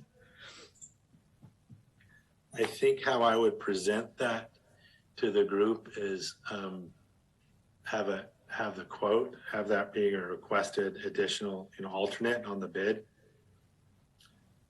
And depending, they would be very responsive to what the price increase would be. Okay. I think if it was a wash and it would just be a switch out of plants, they would be a lot more receptive of it. But if it was a cost increase, then I would think it would be a thumbs down. But if we're just swapping out plants, that might, I'd be willing to put that into the proposal request. Great, thank you so much. Thank you, Councilmember Sparks. Councilmember Ford, go ahead. Sorry, thanks, Marilyn. That just, the last thing that Craig said raised a question for me. So when you say they would be responsive to the cost, so I'm curious about the mechanism and who controls this money. I thought this was an assessment and then the city uses that money to do the maintenance work, but you're implying the HOA has some role in spending the money? It's, we involve the HOA in, we kind of consult, we involve them in the decisions, not that you have it right in that the city is ultimately the one that manages how, is kind of the referee on how it gets spent. Like we have to have a landscape that's consistent with what is initially described in the originating documents. But I think it's common courtesy to touch base with the HOAs and let them know what our plans are and how sensitive they are for doing it this year or next year or the following year, and kind of what the implications are to them on the assessment. So it's a conferring common courtesy type of interaction we have with them. Yeah, I'm comfortable with that.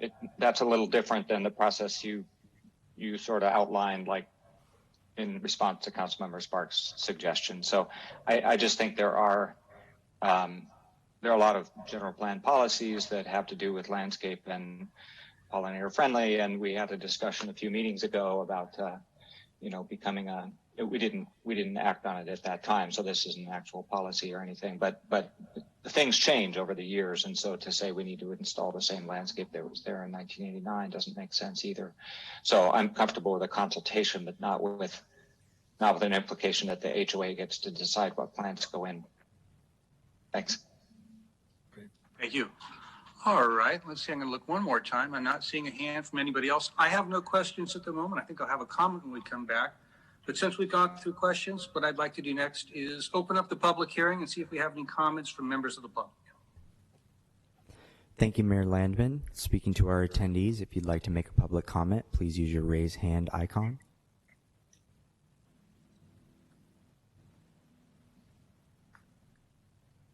Mayor Landman, that will end public comment. All right, we'll close the public hearing then, bring it back to the council.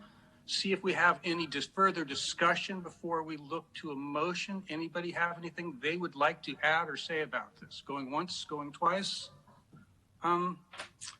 Yeah, I have to admit I have some thoughts on this. I've kind of, like my colleague, Vice Mayor Harvey, worried about this issue for years. We were in a difficult position of being underfunded as a city and having some assessment districts that didn't have escalatory clauses built in, no rolling costs. And as the cost of everything else went forward, it put us in a bind. But we are, at least for now, in a different place. I think we really have to just make these areas, if we can't get people to vote in the majority, and I think that's just incredibly unlikely and hardly worth the trouble, I think we just have to say that's the cost of doing business and treat them as city maintained. It's a legacy that we are stuck with because of a past action that wasn't adequate for long-term costs, and I think we have to live with that. And as I look at it, I have some comfort in saying that, because as I hear the associated costs, while they're not insignificant amounts of money as far as what we do as a city on a regular basis with most studies and plans and consultants, it's pretty minimal sounding. And I think the concept of just going on as we've gone on in the past with this, which has resulted in some areas that look, frankly, in my personal opinion, and I've brought this work before, not very good. And even if people are paying not that much in the tax roll, they're still paying in a tax roll for an assessment district. And as they look by and all they see is a lot of dead plants generally and some kind of threadbare tan bark, that's not the type of city I think that staff wants to have Cotati be. And I don't think the electeds want to see that either. I mean, I just picturing the idea of driving by some nice plantings on Myrtle and actually during this time of year seeing some monarch butterflies. That's the type of city I'd like Cotati to be able to move to being. And I think as long as it's a cost that's surmountable, and I believe these largely would be, my direction to the future, not tonight, but to the future, would be that's where we should go. We need to, in budgeting, sit down and take a look. What does it need to run all of these correctly, including the ones that can't fund themselves? How do we define what's a good level? What's an unacceptable level? We need that. We need to do that, and then I think we need to just budget and plan for it. If this wasn't my last meeting, this would probably by now, since we've had this discussion for years, I think I'd be voting no on this public hearing. But since I'm seeing this change happening and hearing these discussions in the council, I'm happy to support it tonight. But at any rate, I wanted to make the comment. I think that's the direction we should go in the future. And I see a hand from Vice Mayor Harvey. Thank you, Mayor. I guess I would like a little bit more clarification on that. And it really has to do with expectations. So these assessment districts are set up and that it's contractual and there's expectations. The example, Mayor, that you're given is more philosophical about how we would like our community to look. And I agree with you. We want our community to look nice. But my concern is that if we have a contractual relationship with these districts and all of a sudden we're having to pay for the expectations that are within these contracts, then that doesn't give us any leeway to work within our means that we may or may not have in a given, stretch of years. So I'd like Mr. Scott to speak to that. Is this something where we need to get rid of some of these districts, and then it's really as we can afford to make these changes versus the expectations that are in these contracts. Well, I kind of had a reaction to the mayor's statement of voting against this because this process needs to be followed. I think we all understand that to make these assessments. And so there's about $50,000 total amongst the 10 zones. And so if we don't follow this process every year to the letter, then we get zero. So I just wanted to make sure everybody understood that. Your question is what, Councilmember Harvey, these are contractual relationships we have. You would like us to look to see what our options are to reopening the contracts, and I guess I'm not exactly sure what's being asked. It's the zones. Vice Mayor Harvey too. I could also, sorry, Craig, but I could also add that I think it's a good discussion to have in the future. What are our expectations for these landscape districts? I think I would not, of course, recommend dissolving any, just because even if they're partially contributing to the costs, because they're still contributing something to defer what we would otherwise be spending in the general fund. Mm-hmm. But I mean, you are right that there's an expectation. If you provide any money at all, there's an expectation of service. And where we were before Measure S is we had, we let them go because we couldn't spend any more than we were bringing in for obvious reasons. But the conversation I think now is, do we want to, knowingly maintain them sort of as a city landscape and just take the assessment as a subsidy to the general fund that we put into it, to maintain it at a common level of maintenance. And I think if you maintain it all at a common level of maintenance, you're not going to probably have the complaints that we would get all the time from the people that were seeing their landscapes deteriorate, obviously. But it comes with the recognition that we would have to be subsidized with the general fund, right? So anyway, I guess really what I'm, just to kind of summarize, I would, to your question, I would not recommend dissolving the landscape districts, just because even though they may not cover all the costs, they do cover some of the costs, which is helpful. And what level of uniform maintenance we want to take for all the landscape areas are, I think, maybe a good conversation for the future if we want to. And then we can knowingly go into this beyond just District 2, which is obviously upside down right now.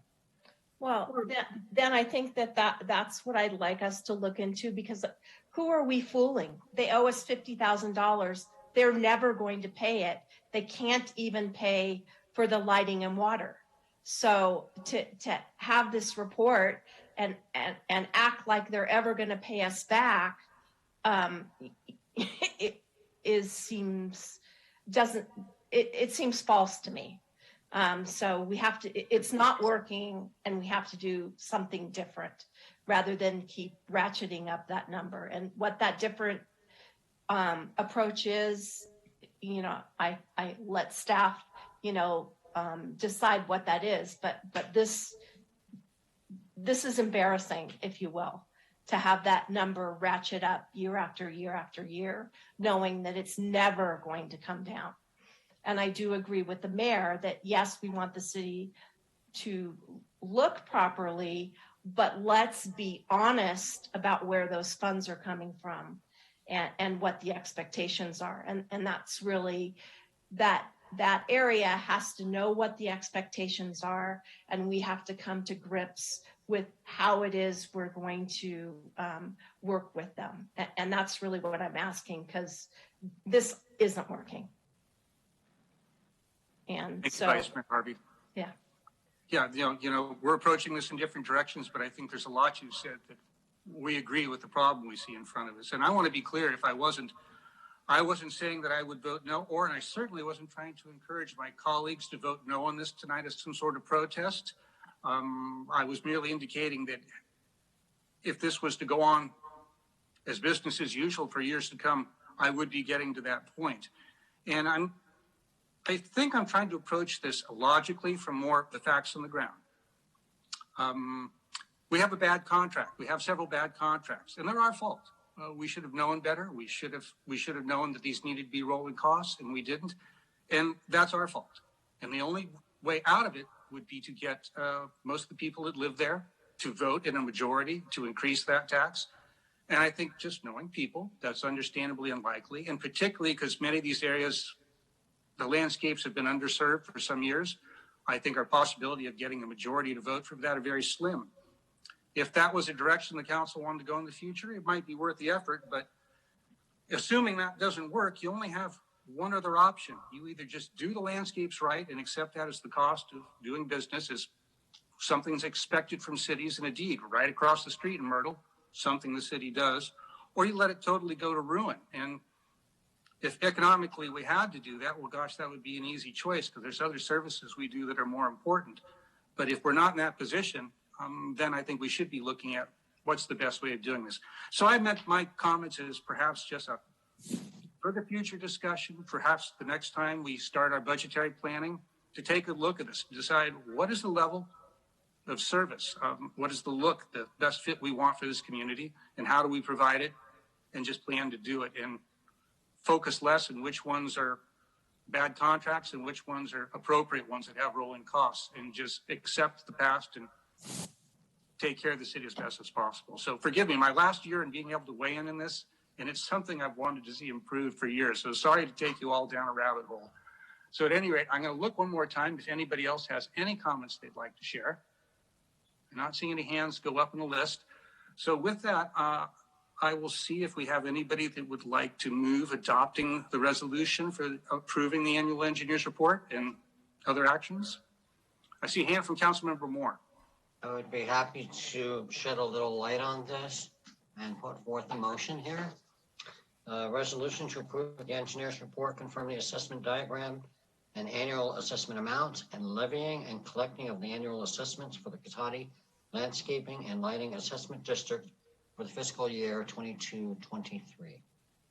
I see what you did there by putting a little light on the lighting district. I like that. So we have a move by Councilmember Moore. Do we have a second, please? Second. Second. Oops. And a second by Vice Mayor Harvey. And Sorry, Ben. It was clear too, not even close. So we will go and see if we can have a roll call vote, please. Councilmember Ford, Yes. Councilmember Moore, Yes. Councilmember Sparks, Yes. Vice Mayor Harvey, Yes. Mayor Landman. Yes. All right, so that concludes item B under this part of our agenda. It takes us next to item C, which is a public hearing on outstanding backflow charges assessments. And if we could have our staff resort in that, please. Yes, Mayor, members of the council. Once again, Craig Scott, City Engineer, Public Works Director. This item we try to track every year with the Landscape and Lighting Assessment District item because it once again is levying assessments against properties, but this time it's for those folks out there that have backflow prevention devices that have not paid their invoices for their annual certification.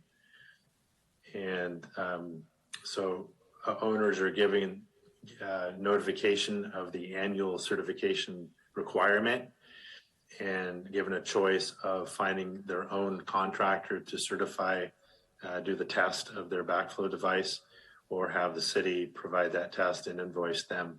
Backflow devices, just quickly, all commercial customers are required to have backflow devices because they could have systems, equipment on site that could push contaminants, water back into our system.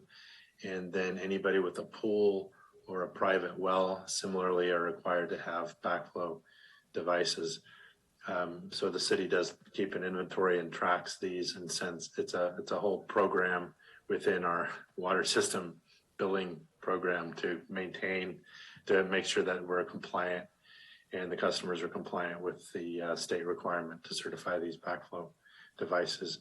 This year we have 43 customers that did not pay.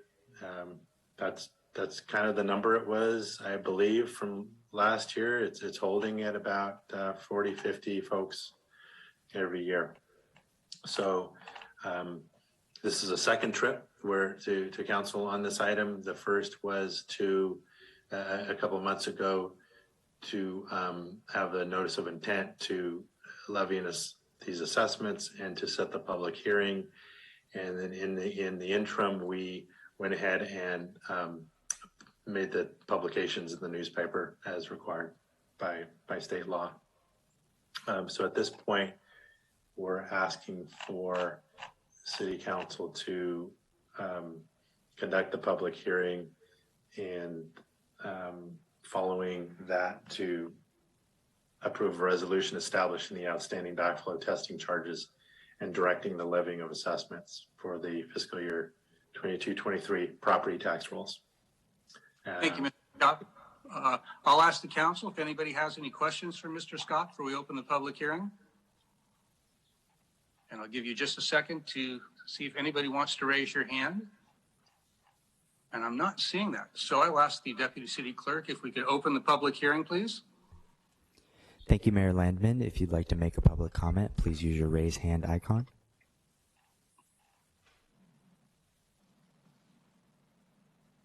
Mayor Landman, that will end public comment. Okay, let me ask you, Mr. Patterson, then in terms of protest, did we receive sufficient protests or insufficient? Did we receive any protests on this tonight? There were no protests received. I would say that's very insufficient. Thank you. All right, well, so I'll bring it back to council then to see if there's any discussion from anyone. And if there's no hands for discussion, then I'd love to see a hand for a motion. I would move that we approve a resolution establishing the outstanding backflow testing charges and directing the levying of assessments on the fiscal year 22-23 property tax rolls. Thank you, Vice Mayor Harvey. Do we have a second for that? I would second that. And a second for Councilmember Moore. Thank you. All right, can we have a roll call vote, please? Councilmember Ford? Yes. Councilmember Moore? Yes. Councilmember Sparks? Yes. Vice Mayor Harvey? Yes. Mayor Landman? Yes. All right, so that's unanimous. Let's bring this back then, and we are moving on from public hearing B to public hearing C, and this is a public hearing to receive all written notices for establishing the outstanding backflow testing charges and the levying of assessments for this year. Mr. Scott, I believe you have this report as well. Yeah, this report is the next one, which is very similar, but it's for delinquent sewer charges. Yeah. It's easy to run these two together. Well, it's hard to get to all the pages on the phone too, but you're right. So let's move to that one. Thank you. So again, this is an item annually where the city has, this is its last ditch resort mechanism to collect overdue fees. And so these are it's one customer every year. It's the same property that does not pay their sewer bill. And so what happens then, the 6 payments have a $20 per payment penalty. So there's $120 tacked on to their bill, and the city collects their sewer bill by going through this process and putting it on their property tax assessment. I mean, a question people would have is, well, why aren't we seeing water delinquency?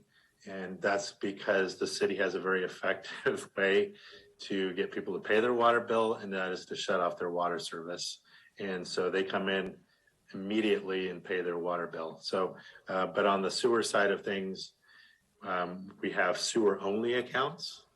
And so we don't have meters or valves or anything on their sewer pipeline for obvious reasons. And so this is something we don't have a hammer except for just to put it on their assessment.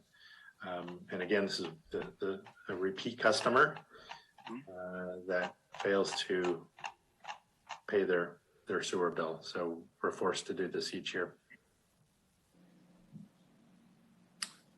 That's it for me, Mayor. Thank you, Mr. Scott. Yeah, this is certainly a deja vu moment for you and us every year. I hear you. With that, let's move it to the council, though, and see if anybody has any questions tonight. I'm not seeing any hands go up. So let's go right then if we can open the public hearing on the sewer delinquencies.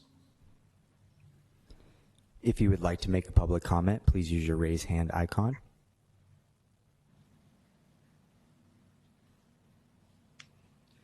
Mayor Landman, that will end public comment.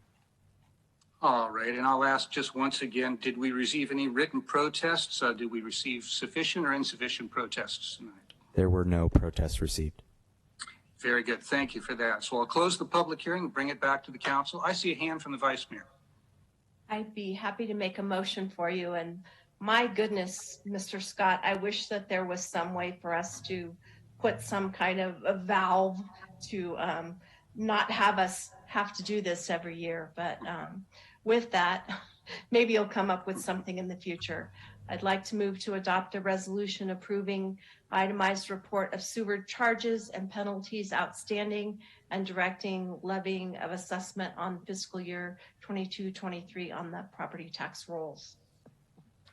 Thank you, I'll second that. And thank you, Councilmember Ford, for a second. We'll ask then if we can have a roll call vote on this, please. Councilmember Ford, Yes. Councilmember Moore, Yes. Councilmember Sparks, Yes.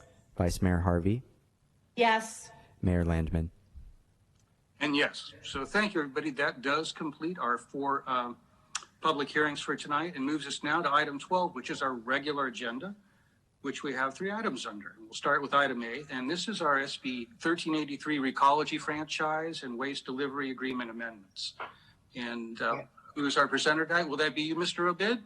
I'll lead it off, and then we have Alex Souliard with R3 that's going to present. And so everyone knows, we also have Fred Stemler and Nikki Burke with us tonight from Recology to help answer any questions.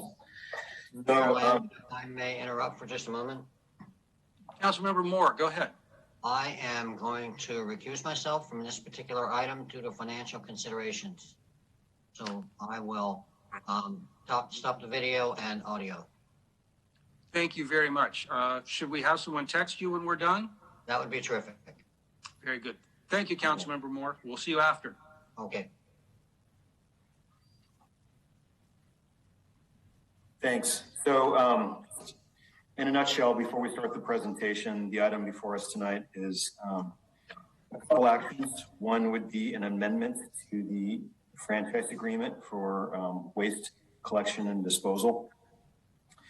And that amendment with Recology would do a couple things. One is that it would revise our franchise to account for the changes in law resulting from SB 1383, which is the newer organics collection law. Also extending the franchise agreement by 5 years. And then separately, there's an agreement called the Waste Delivery Agreement between the city, Recology, and Republic Services, who is the county landfill operator, which is essentially a waste delivery agreement that all of the cities in Sonoma County, essentially all the cities in Sonoma County are a party to separately.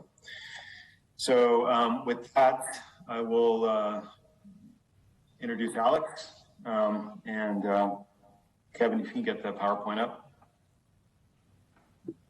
Thank you, Damien, and thank you, Mayor Landman. Good evening, council members. My name is Alex Soulard. I'm with R3 Consulting Group. I also have William Michaud with R3 is also in attendance this evening. Pleased to present to you this evening on SB 1383 Franchise Agreement Amendment and the amendment to the Waste Delivery Agreement. I'll go through a brief presentation, and any questions we can have answered at the end. So next slide, please. So we'll give a brief background on the SB 1383 and its requirements, and we'll review the waste system amendments, and we'll cover the resulting rate increase. Next slide, please. So a little bit of background on SB 1383. It's the short-lived Climate Pollutants Act. It was passed in 2016 and started getting enforced at the beginning of this year. It focuses on reducing emissions from organics disposal, and it sets targets for organics recovery statewide. This builds on AB 1826, which was started getting implemented in 2016, which was organics requirement for collection on commercial and multifamily units. So this goes farther and requires all generators, residential, commercial, and multifamily, to have organic service. Next slide, please. So the city has a list of responsibilities under SB 1383. Those are to provide organics collections to all, to establish an edible food recovery program, to conduct outreach and education to the community about the new program. The city must procure recovered organic products and recycled content paper to close the loop. The city also must secure access to edible food recovery capacity and organics processing capacity moving forward. The city must also monitor compliance by conducting route reviews and contamination monitoring. Next slide, please. So here's a little diagram about kind of how the different agreements work and facilitate waste collection in Cotati and Sonoma. So the first left-hand portion of the slide, it has waste collection throughout the city, and that's done directly through the franchise agreement with an agreement between the city and Recology. The contracts that govern the waste transfer to the central landfill are the waste delivery agreement between the city of Cotati and Republic, and the franchise hauler agreement, which is between the city of Cotati, Recology, and Republic. And then on the waste disposal and processing end, the master operations agreement that the Sonoma County holds with Republic governs that, and then the prime subcontract between Republic and Recology also determines what happens with that material. So next slide, please. So the master operating agreement dictates the processing and disposal of material. The existing commercial food waste program is offered under the master operating agreement, and the current system does not currently collect organics and recyclables from all generators as required by SB 1383. Amended master operating agreement eliminates the $4.21 gate fee that funded the program, and that revenue has to be replaced. The costs to implement the SB 1383 program improvements are addressed in the franchise agreement amendment and associated rate adjustment. Next slide, please. The waste delivery agreement requires the transfer of waste to the central landfill. It eliminates the food and dry commercial mixed waste programs offered by the master operating agreement. It has been revised to eliminate the $4.21 a ton fee that is currently or has funded the program in the past, and that will now be adjusted on customer rates through the annual rate adjustment process. This enables more efficient collection of food waste. Next slide, please.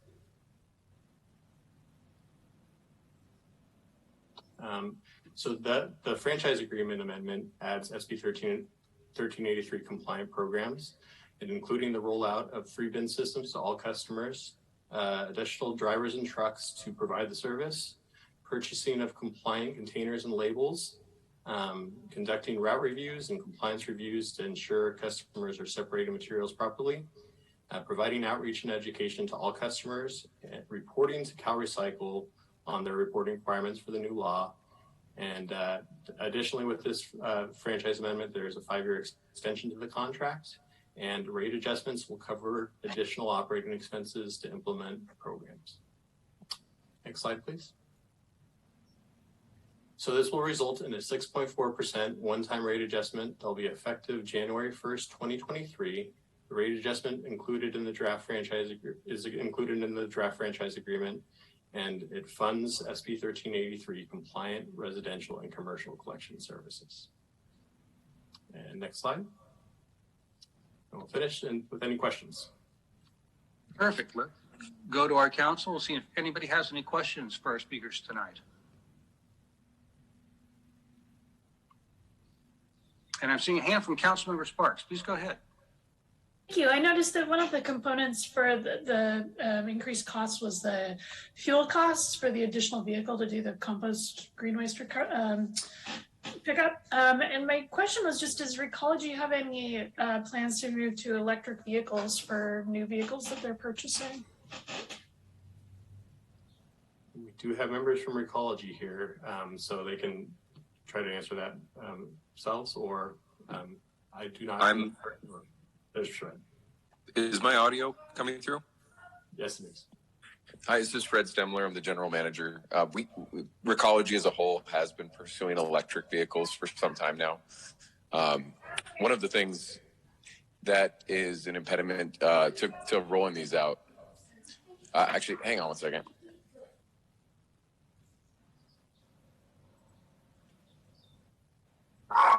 Sorry about that. I'm working from home here. So the trucks essentially aren't capable of completing the route at this point. So we've demoed several models, but they haven't rolled out one that can conduct an entire full day route. So we've got several models that are working their way through, but we anticipate somewhere in the next 12 to 24 months, we may see a full route truck available. Is that just because the battery capacity is not high enough to? Exactly. Yeah, it's just with the weight of the vehicle and the amount of miles that we cover, is the cell is just not large enough to complete a full route. Okay, thank you. Yep. Thank you, Councilmember Sparks. Good question. Let's see. Anybody else? All right, I'm not seeing any questions at this point, so this might be a perfect time then to go and open public comment, please. Thank you, Mayor Landman. Speaking to our attendees, if you'd like to make a public comment, please use your raise hand icon.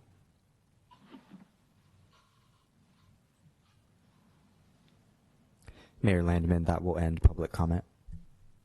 All right, well, I'll bring it back to the council then, see if there's any further discussion, questions, or anything else from the council.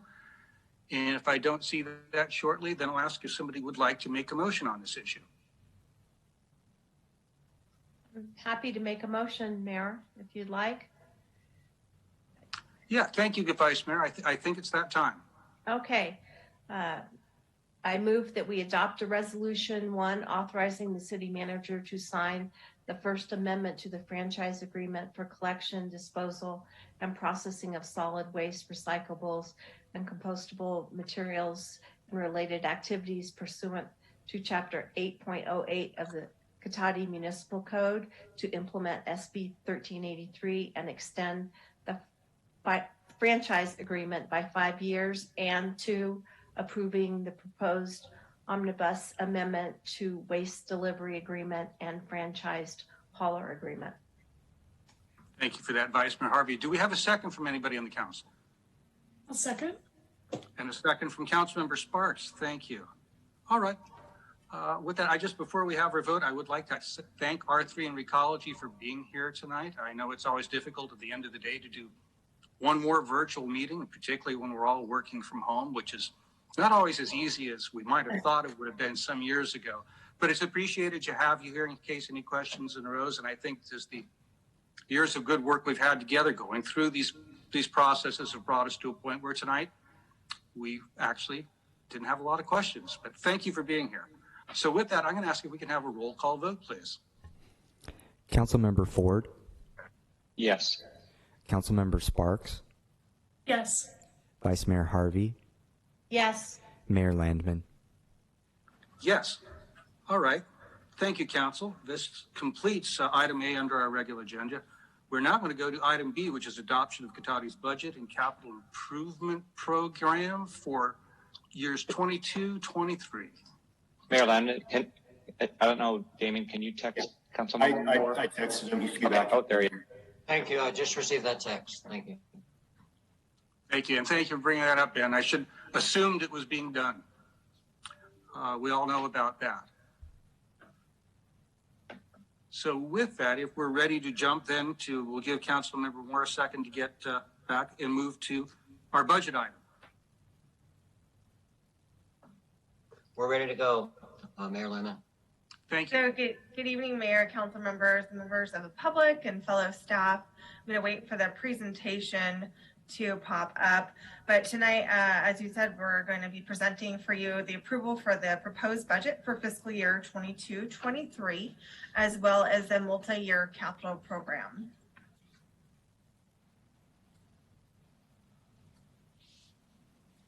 Kevin, would you mind advancing the slides, please? Thank you. So our budget process is not just a single document or a meeting, but rather it is a year-long process. Even after the budget is adopted, it is reviewed and updated with council resolution adoptions. And then in November, December, the city manager and the administrative services department develop a plan for the upcoming quote unquote budget sessions and season. In January, we provide the mid-year report, which provides an update on the current existing fiscal year budget and where we stand. And then in February through May, there are separate budget study sessions and meetings, which include internal budget reviews, budget study sessions, and this all leads to the budget adoption again. So if you'd like to learn more about the budget process, please see packet page 413, as well as the budget video, which is on the city website, as well as the budget online. Next slide.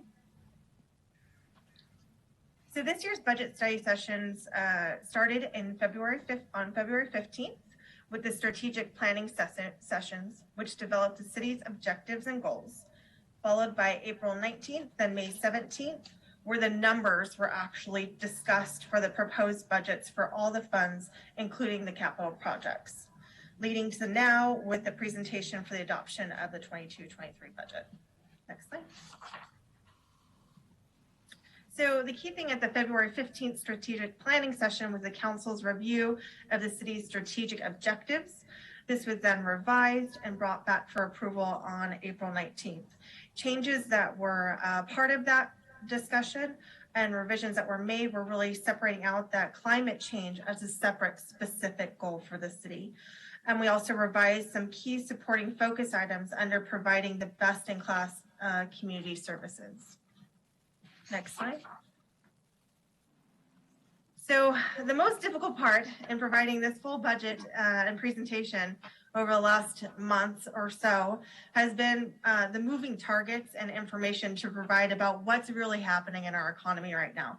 This is a very brief recap of the economic indicators, and everything is really indicating that it's still continuing to be highly volatile, with GDP growth looking to decline into 22-23, and the current unemployment rates are really hitting pre-pandemic levels. So we'll go a smidge deeper into the effects of these and what's playing into these in the next slide. But first, I do want to point out that in the packet on page 422, it provides really a kind of more of a summary, but detailed summary of an economic outlook and how those considerations went into our budget development process. Next slide. So some key assumptions that impact our economic environment, including global national considerations that really can be felt here in Cotati. So inflation, the key impacts from the federal Fed tools that are being used to combat inflation, to increasing interest rates, the legislative impacts that might be coming down the pike. How do we build around those assumptions? Like what might be happening with gas tax holidays? How is that going to impact our infrastructure? And these are things we have to assume and build out for, but we really never know what's going to happen. We still have lingering effects as we are recovering from COVID-19. And these are kind of things like inventory shortages, staffing shortages. And then we also have the global sanctions against Russia and its impacts on commodities like gas, which are currently absolutely felt here at home here in Cotati. Next slide. So down to, again, the key fund for Cotati, which is the general fund. This is a primary fund used by the city for all of our government really activities. These accounts for everything that is not enterprise, our water and sewer, or our special segregated funds that are for special purposes. We went into depth in the development of the general fund budgets during the study sessions on April 19th and May 17th. And really, there's no significant changes since then that are being proposed for adoption at this point in time. Next slide. And again. So highlights of the general fund budget are a slight decline in operating revenues of approximately $30,000. This is due to conservative budgeting and of uncertain charges for service fees.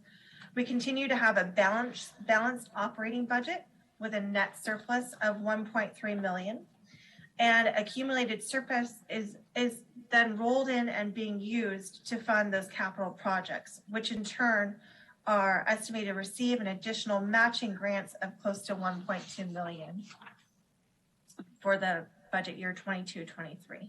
Next slide.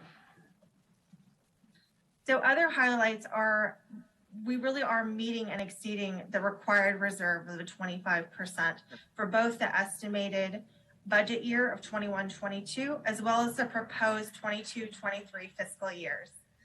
Adjusting for the budgeting of the ARPA funds, the operating revenues are estimated to increase from the adopted budget by 7.5% from the estimated 21-22 budget, and then 7.2% for the proposed 22-23 budget. On the opposite side, for expenditures, staffing cost is really consistent with the adopted budget that we had for 21-22. And we will further talk about the actual estimated actuals for expenditures are different due to our one-time UAL distribution for ADP.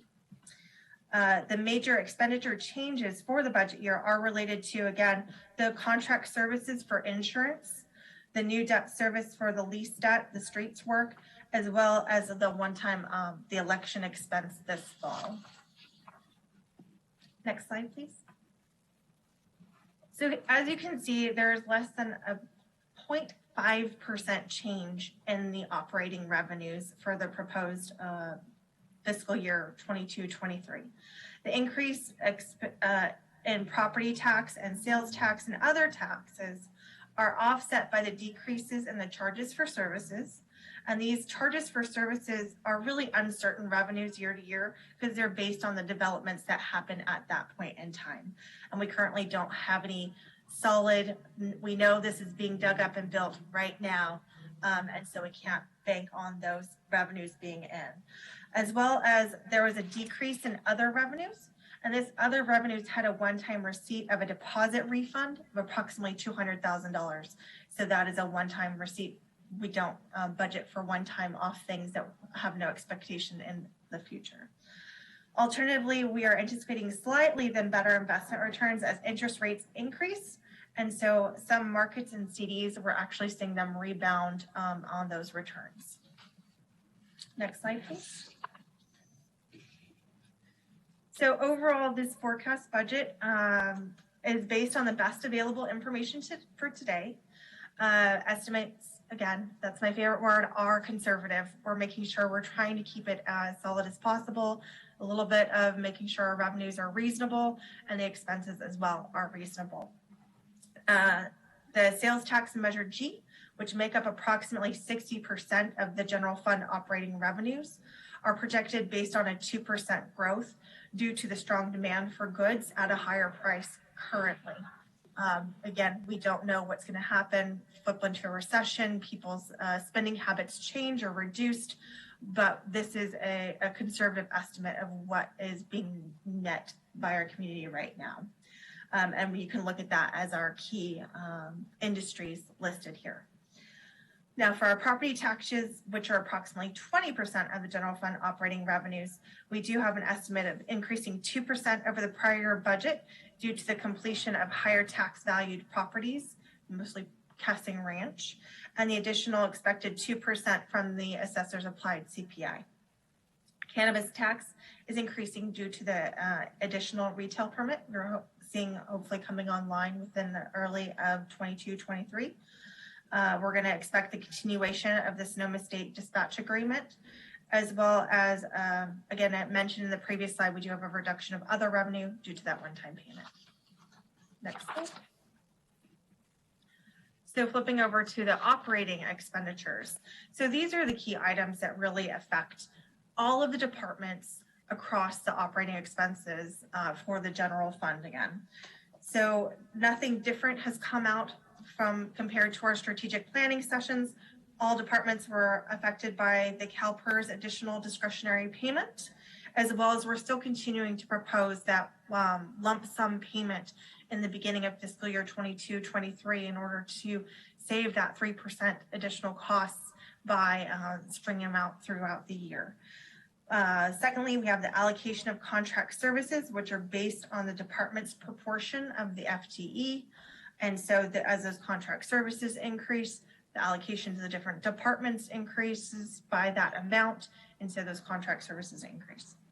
Third, we have the rising cost of insurance, which was noted at, 52% increase from our prior year, which is significant.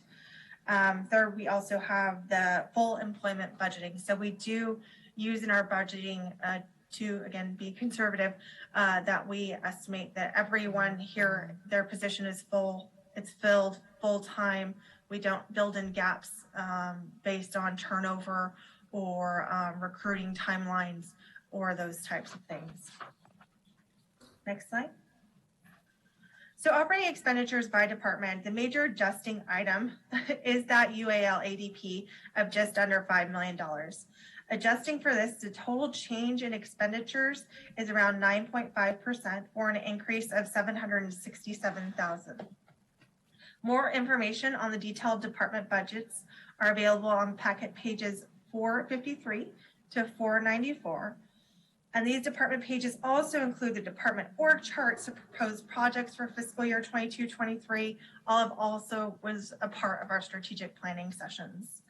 And we'll go a little bit farther into detail as to what the specific changes were in each department on the next slide. So to summarize those financial changes by department, the city manager's department continues to have the inclusion of the public information services. They do have that addition of the election charges for 22-23. We built an estimate of what we think it's going to take for election costs for the year and make sure it's included, and that is where it is included in the city manager department. They also have a little bit of a flux within their personnel where we have the reduction of the city clerk. That is going to be offset slightly by the administrative assistant position. The administrative services department is primarily increasing due to a budgeting for a new accountant, as well as we've had an open intern position that we hope to fill this year. The community development change is primarily due to additional part-time permit tech that will be put into their department. The public works department's changes are primarily due to the increased dues and subscriptions and that allocated insurance. So again, when you have more FTE, when you have a larger expense and you're allocating more of that expense, it impacts that department a lot more.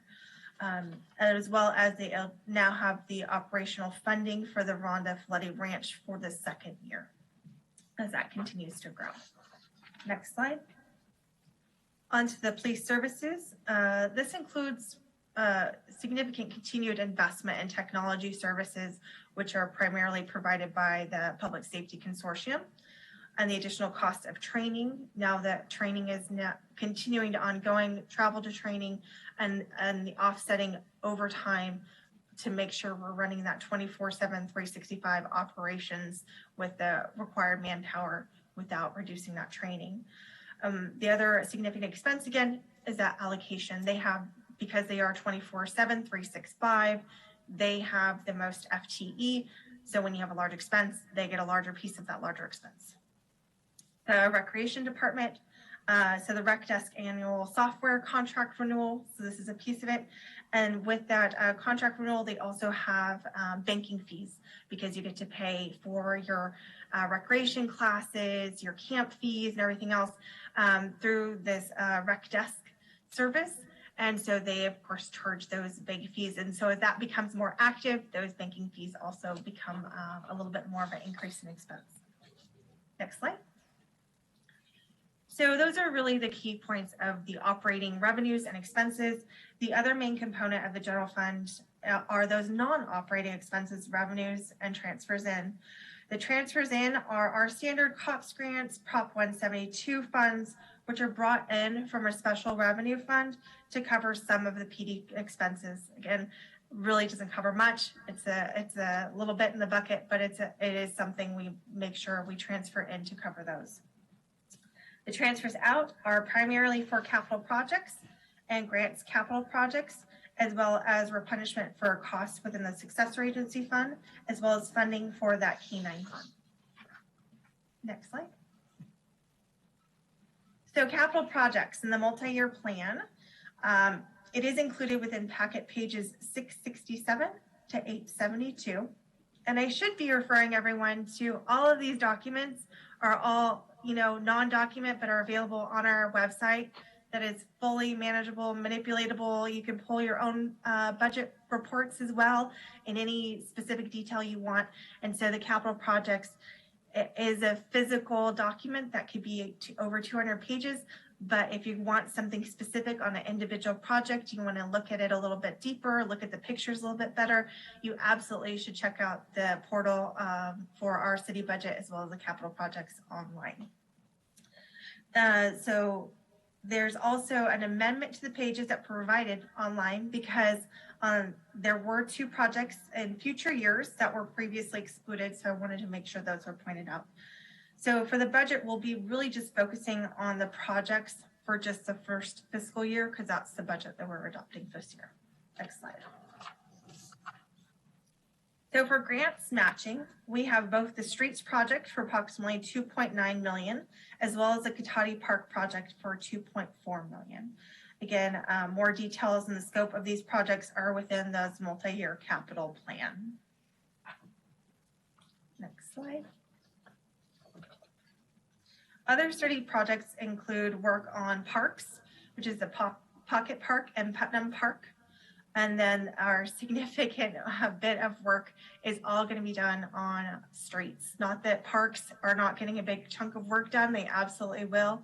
But streets are where we have a total of 7.7 million just in our capital projects streets work, plus that 2.9 million work in that grant matching fund for a total of $10.5 million worth of street work that we are proposing to keep moving forward. Again, this does also include other key things we lump into streets, but it's pedestrian safety, bike ped, the bench at Old Redwood Highway 116, gateway signage. So anything that's tangential to a street is a street project, not just the round that you drive over with your car. There's a lot of other pieces to it as well. Next slide, please. So other key projects also include the Civic Center windows repairs or building projects, as well as we already discussed about the LLAD projects that we are coordinating as well. And not included within the multi-year capital program, we did want to make sure we highlighted that even embedded within the general fund, just as a part of our additional maintenance and work for improvements, we do have additional proposed parks and streetscape refurbishments that are included within the parks as well as street maintenance within the general fund. So those are both for $35,000 each. Next slide. So that's really the piece on the general fund. The special revenue funds are these other funds that account for legally restricted or earmarked for special purposes. These special revenue funds are managed by multiple different departments as outlined in this slide. Next slide. So overall revenues, the primary contributors for these special revenues are taxes, like parks Measure M taxes, streets Measure M, gas tax. These are all special revenues that are supposed to be used for a special purpose. The other key are other revenues like development fees for funds like inclusionary housing, affordable housing, park and lieu, traffic mitigation, as well as other grant revenues like the COPS LISA, like we just spoke about in the last slide. So next slide. So this slide, it really takes those same revenues, so looking at them from their sources, and now here's actually what those different pieces are. Again, you'll see the gas tax, that's the tax piece of it, that's the contributing for that piece. The public safety, that's that SLESA COPS grant, RMRA, another sales tax, and Parks Measure M. So this is the breakout by those funds. So this is where those revenues are by those special revenue funds. Next slide. So for the operations of these funds, primarily they go to contributions to or transfers out for our capital projects. So that's the key part of that there. And so this either goes into the grants fund where they're transferred to, so that we can use those and leverage them for grant matching programs if they meet that special revenue requirement for the expenditures, or they go to our capital projects funds if they meet those. So this would be like our gas tax fund would go to help support our street maintenance work. And those are in our capital projects for streets. So these are those transfers out to fund those projects. They also have direct contract services. So for inclusionary housing, excess bond proceeds, those have specific contracts for those economic development purposes or those other purposes, but that is a little bit smaller than those direct transfers out. Next slide. So after special revenue funds, we have our internal service funds. There again was no significant change since our budget study on May 17th, and details can be found on packet pages 609 to 615.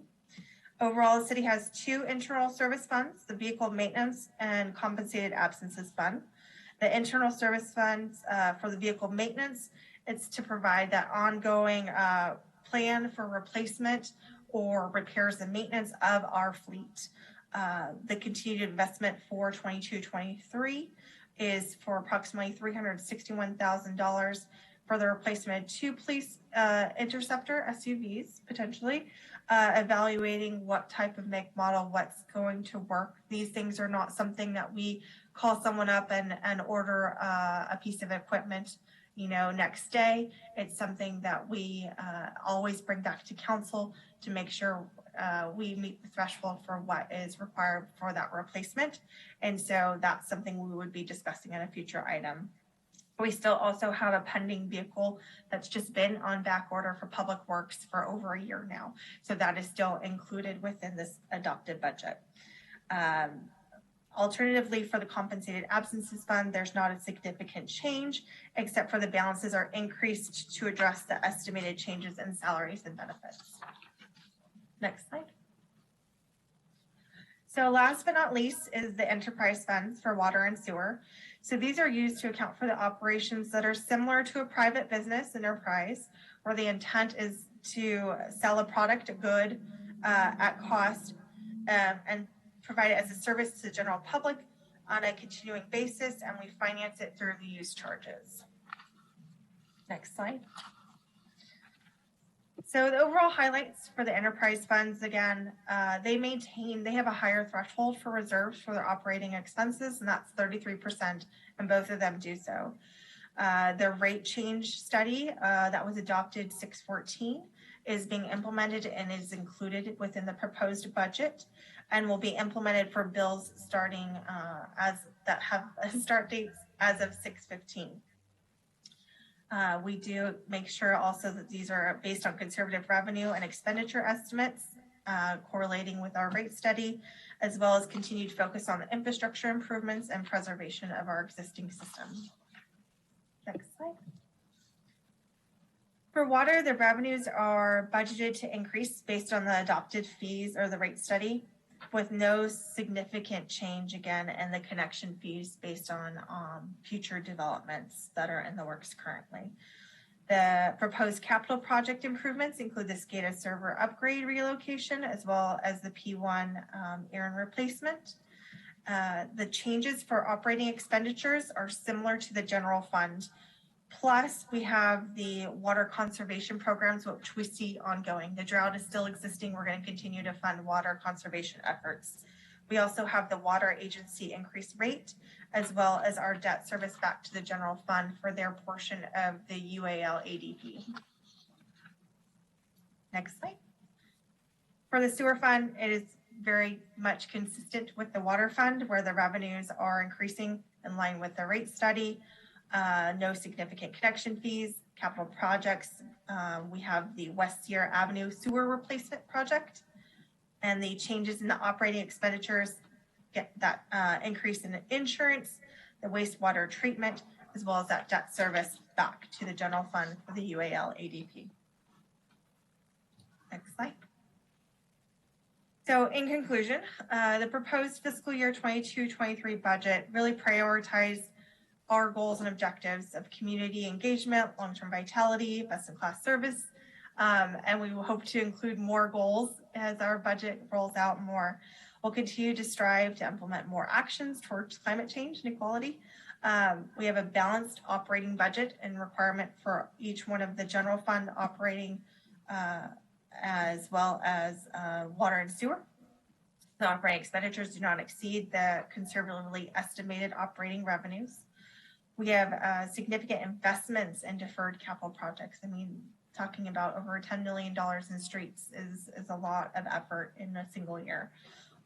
So even with that, we feel like this is a fiscally prudent budget with general fund reserves up to 53%. So staff are really committed to continuing to exercise prudence and integrity and provide as much transparency and accountability. And I think that's a good reflection of the huge amount of work that the Administrative Services Department did in generating this budget and making sure it was online and available. And now it could be something that anyone can go through and review and see the detail on how we got to the numbers that we did. Next slide, please.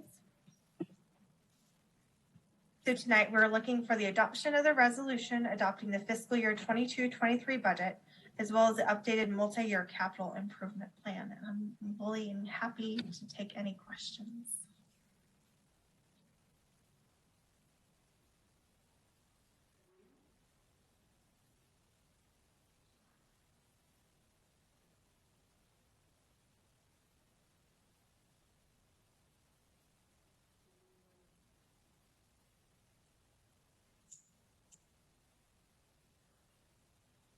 Did we lose our mayor? It appears that we have. Oops, here he comes. Can you hear me okay? Sorry about that. Yeah. So I'm not sure where I dropped off, but it seems to pick me back up. So I was saying I saw no questions come up from the council. I believe that's correct. So this is a perfect time to go to public comment if we could. Thank you, Mayor Landman. If you'd like to make a public comment, please use the raise hand icon.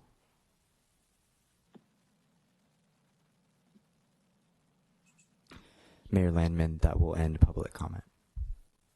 Thank you. All right, I'll bring it back to the council and see if there's any final comments. And I do see a hand from Councilmember Moore. Thank you, Mayor Landman. Angela, thank you for that comprehensive budget. I really appreciated the narratives that started on the 400s, somewhere around there. But those were good because that kind of goes into what the philosophy is and what we're trying to do. So I thought that was excellent work on there. I do have a question, and I don't know if this is the appropriate venue for that, but I'm wondering what it would take to increase our spending on code enforcement and how that might be addressed. You want me to respond right now?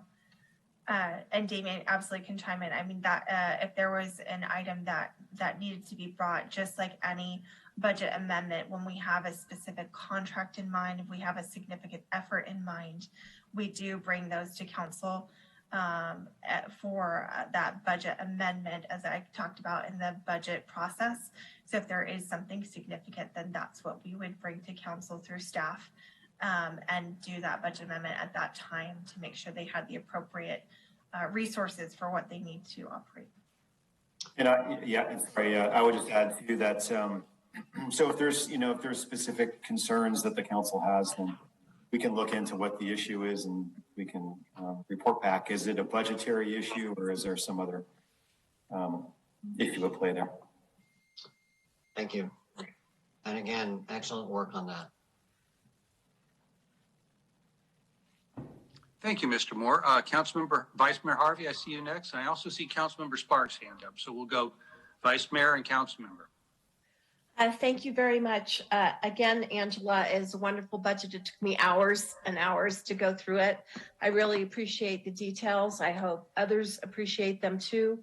I particularly like in each of the sections, you don't just present it one way, you present it multiple ways, because I know sometimes people get it one way, but not the other. So I find that very helpful.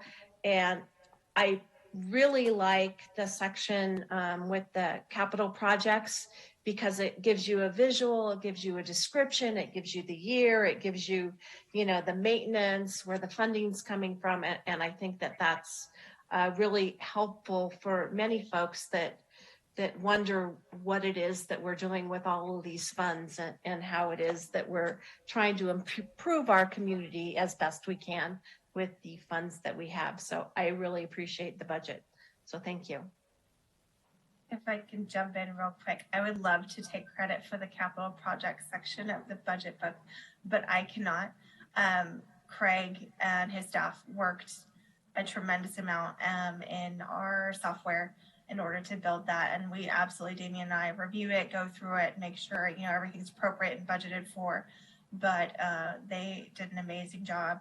And I definitely have to credit my staff as well for the amazing detail around the whole budget, because it, as much as detail there is in there, it takes more than one set of eyes. So Neil absolutely worked a lot, especially with the rest of the department heads, and making sure that everything was as well put together as we possibly could.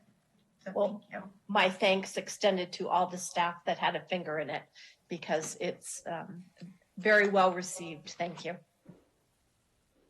Thank you, Vice Mayor Harvey. Councilmember Sparks? Thank you. I'll echo what my colleagues are saying. Just to really appreciate the amazing attention to detail, and it's all really clear. And I always wonder why the pictures of the council members are in the budget. And I think your picture ought to be in there, and all the people who actually did all the really hard work on it. Anyway, I did have one question/comment for the city manager's office. I was looking at the list of projects or objectives on packet page 460, and I had been hoping to see a study to assess our digital infrastructure, including broadband coverage and cell phone reception. This is something we had discussed during strategic planning, and I see it's sort of missing from this list. So I wondered if we could just put that back on there. I don't know if Damien wants to answer to that. Sure, yeah, in strategic planning, we had talked about looking into that, and we hadn't really been fully formed as to what that would be, but looking into the broadband coverage in Cotati and whatever that means in terms of studies or staff effort. There has been there is some general budget set aside for whatever that might be, but that's a longer answer than you probably wanted. You just asked if you could add it, and that's I'm sure easy enough. Yeah, and I guess the way I had been envisioning whatever it might be would be to figure out how to do some sort of assessment so we could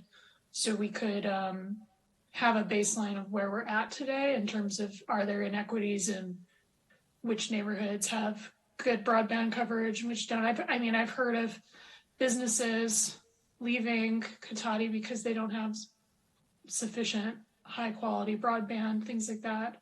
And certainly as I was campaigning for city council, a number of constituents expressed to me that they're really concerned about the poor cell phone coverage and that it's an issue during a wildfire emergency. So yeah, I was looking for, just because you said whatever that might be, what I thought we had discussed in strategic planning was doing some kind of assessment. So yeah, if we could put that back on the list, that would address my concerns.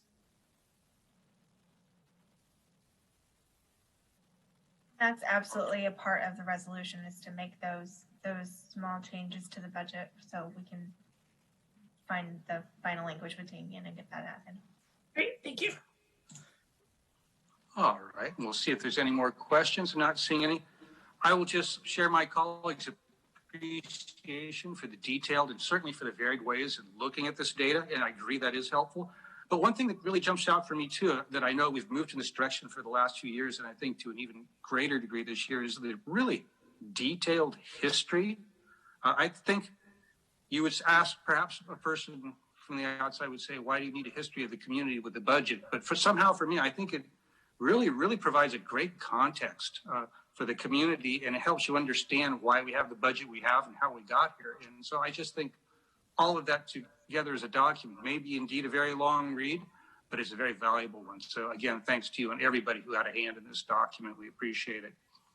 So with that, if I have no more commentary questions from any of my colleagues, I would be looking for a motion then to adopt this resolution tonight. And I see a hand from Vice Mayor Harvey. I would be very happy to make a motion that we adopt a resolution approving the City of Cotati fiscal budget for fiscal year 2022-23 and the corresponding updated multi-year capital improvement plans, and incorporating Councilmember Sparks' comment on the assessment for coverage for broadband and cell service. Thank you, Vice Mayor Harvey. Do we have a second for that? Second. And I ask everybody not to be shy. Thank you, Councilmember Sparks. Very good. All right, so we have a first and second. Can we have a roll call vote, please? Councilmember Ford. Yes. Councilmember Moore. Yes. Councilmember Sparks. Yes. Vice Mayor Harvey. Yes. Mayor Landman. Yes. So that carries unanimously. Thank you, everybody. Thank you, staff, again for this tonight. And we'll move on to our last item on our regular agenda, item C, which is a letter of support for SB 940. And I believe this is written by City Manager Obid. Yes, thank you, Mayor, members of the council. So first off, I just want to correct something real quick. I had a moment of dyslexia. I think I said SB 490 on the title. It's actually SB 940. So so apologies about that. So real quick, some background. I did, normally we check in with Cal Cities on what their position is on various pending legislation. They had, when in advance to this council meeting, we had checked in with them and asked them, they'd had a basically a watch position, which means they haven't taken a position either way. But I did check in with Cal Cities, and they said that they support it. They just hadn't gotten to drafting the position letter on this particular piece of legislation. So just as way of background, that is where Cal Cities stands on this. And with regard to the proposed legislation, existing state law exempts new mobile home park construction from rent control.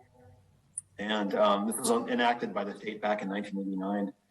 And basically what it did is it defined new construction as a space initially held out for rent on or after January 1st, 1990. So any spaces basically held out for rent after that date, initially held out for rent after that date in 1990, would be exempt from our mobile home rent control in any other city in California that has a rent control ordinance for mobile home parks. So this law, the proposed law, intends to correct that by the obvious inequity that would create in mobile home parks, because new construction, because it was fixed to 1990, spaces or parks are still considered new, even if they're more than 30 years old. And so you have some older spots that have rent control and newer ones that don't. So the proposed bill would add a new definition of a term, which is called new mobile home park construction, which would apply to all new parks held out for rent on or after January 1, 2023. And these new parks would be exempted from local rent stability ordinances for 10 years. in order to allow owners to recover initial investment costs and determine appropriate rent levels. But then when new spaces are added to any existing mobile home park, they would be immediately eligible and subject to rent control. So in a nutshell, that's what this proposed legislation would do is it would remove the exemption for existing spaces and any new mobile home parks that are created. It would give the owners of that park 10 years to recoup their initial investment costs, but then they'd be subject to rent control. And attached, you also have a letter from a local resident regarding this proposed legislation. And if the council adopts a motion authorizing the mayor to send out a letter in support of this bill, then the support letter, I'd imagine, would be very similar in content to the one that was attached. But I would be happy to answer any questions if the council has any. All right, I'll see if anybody on the council has any questions for Mr. Obid. I'm not seeing any hands at the moment. I do see a hand from Councilmember Moore. Thank you, Mayor Lamb. Thank you, Damien, for that information on that presentation. There was one clarification that I was hoping to get. In the background, when you talked about due to a court settlement agreement, rent stabilization was placed on the ballot and then was ultimately repealed here in Cotati. I was not aware that that was actually from a court settlement. My understanding is that the existing council at the time, with the urging of some landlords, put that back on the ballot in 1998 or whatever the year was. Yeah, 1998. Are you familiar with that?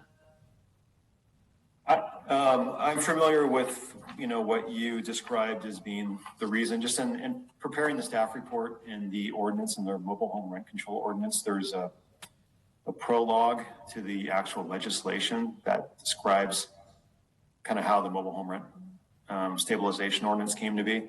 And that was just the language that's in the staff report was just lifted from that. I don't know if that's correct or not. That's what's in the ordinance language. It's like a recital, essentially. Well, and this one was near and dear to my heart because at the time I was campaigning to not repeal the rent control. And of course, now we're in a situation that we have now without it. So thank you for the clarification on that. Yeah.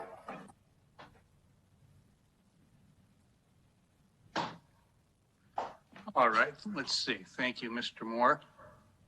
All right, let's go to public comment on this and we'll bring it, and then we'll bring it back. If you'd like to make a public comment, please use your raise hand icon.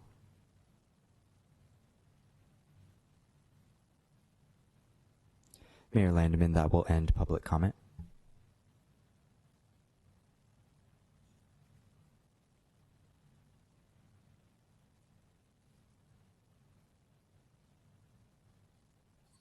Oh, Mayor, I believe you're muted.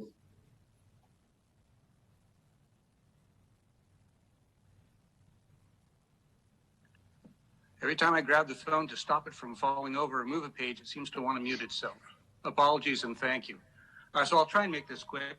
Basically, the reason I asked for this come tonight was simply to correct a 30-year-old loophole and provide the protections that we all intended to happen here. So that was the goal here. One additional piece of information I can give the council to back up this city manager's presentation is that we did revisit this last week, I believe, on our last legislative meeting last Friday, and we did agree to unanimously to send a letter of support for SB 940. So that is happening as well. So I thought I would just share that. But with that, I thought it would be a good direction for this. So let's see if we have anybody else that has any comments or questions on this. And I'm not seeing any, perhaps, and if anybody willing to make a motion on this. I would move to adopt a motion authorizing the mayor to send a letter of support for SB 940. I would second that. Thank you, Vice Mayor Harvey, and thank you, Councilmember Moore. And I would also ask perhaps if we do wind up revisiting in the future, as I'd asked earlier, our ordinance, perhaps we can clean up that language, because I think Mr. Moore's point about remembering the past is important because we learn from it and it informs what happens in the future. So with that, we do have a motion. We have a second. Can we have a roll call vote, please? Councilmember Ford, Yes. Councilmember Moore, Yes, and I would also hope that we would support this further down the road in assisting these residents. Thank you. Councilmember Sparks, Yes. Vice Mayor Harvey, Yes. Mayor Landman. A definite yes. Thank you, Council, for your support on that. So we're moving forward. We have completed our regular agenda. We are now to the City Manager's report. So Mr. Obid, the floor is yours. All right. Thank you, Mayor, members of the council. Well, since we won't be, we will be technically meeting before the 4th, but the last regular city council meeting before the 4th, just a reminder that it is dry out there and all fireworks are illegal in Cotati. So we're going to be continuing to push out that message in advance of the 4th of July, because we definitely do not want to start any fires in our neighborhoods. And then just to let the council know, we are currently just talking about capital projects, one of the streets projects is a street preservation project, and that's bidding right now for later this summer. So we'll be having some street preservation work going on around the city if the council approves the agreement later in the year. The Pocket Park and McGinnis Marsh Pathway project is underway, and we expect construction to start probably in July. And as you know, that's the new pathways from McGinnis to Marsh and Lincoln, for the bridge that goes to Lincoln. And then making some improvements to the Pocket Park area, including benches, bollard lights, bottled water filling station, and some pathways there.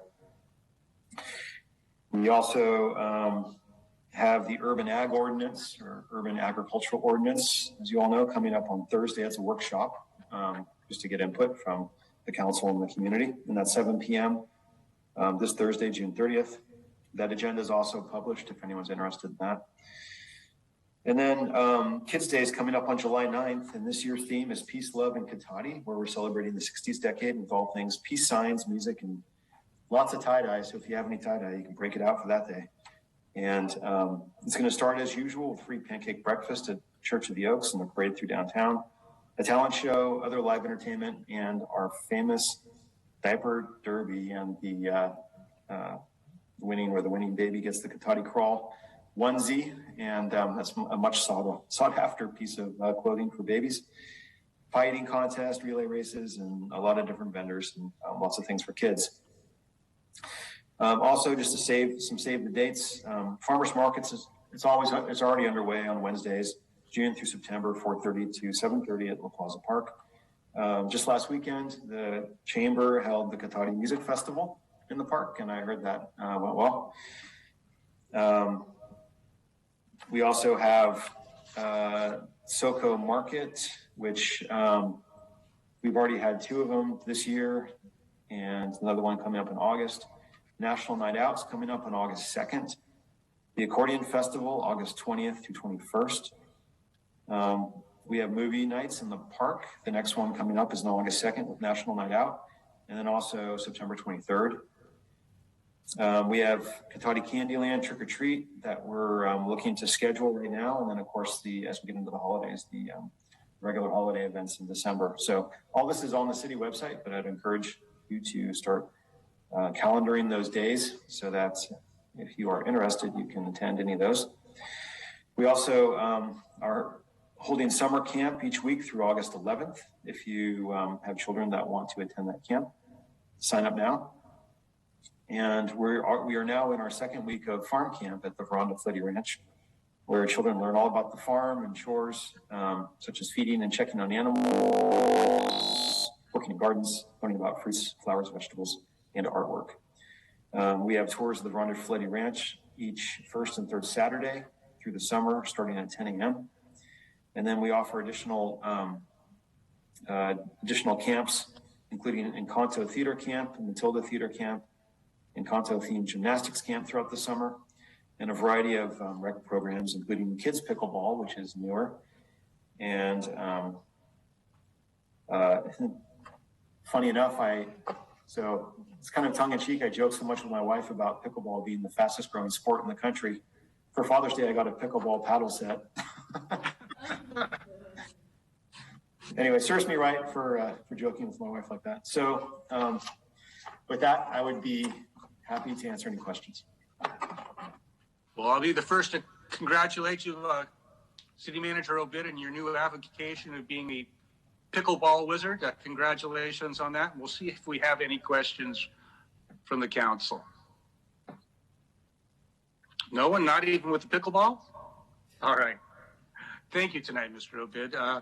That brings us to our next item, which is City Council member reports. And I'll see if any of my colleagues have anything to report out for us tonight. Councilmember Vice Mayor Harvey, hand up first. Please go ahead.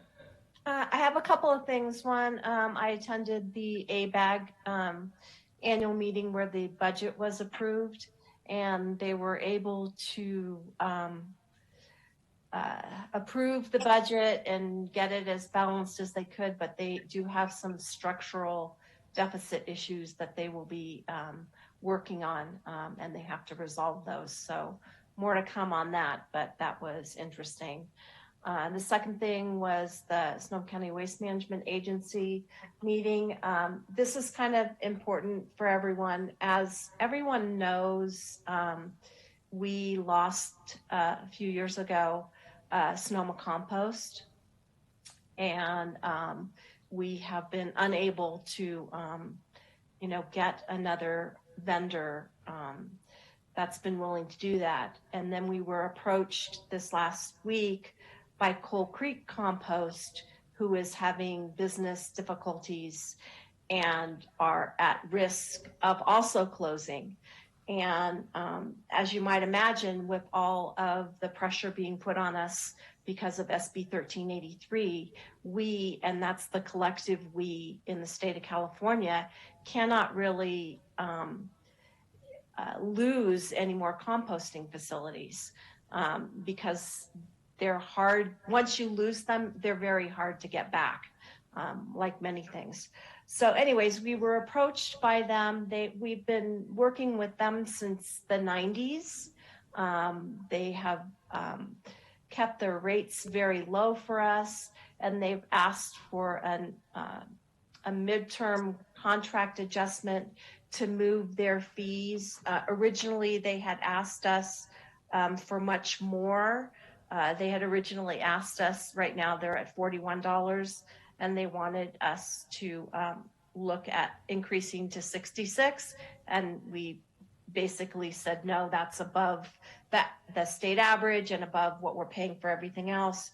And so at the very last minute, they came back in and said, could we go as high as 47, which we will have staff working with them. We could not approve that because we didn't have that, but they are looking to shore up their business plan, and they're working with Cal Recycle to look for funding and some other areas.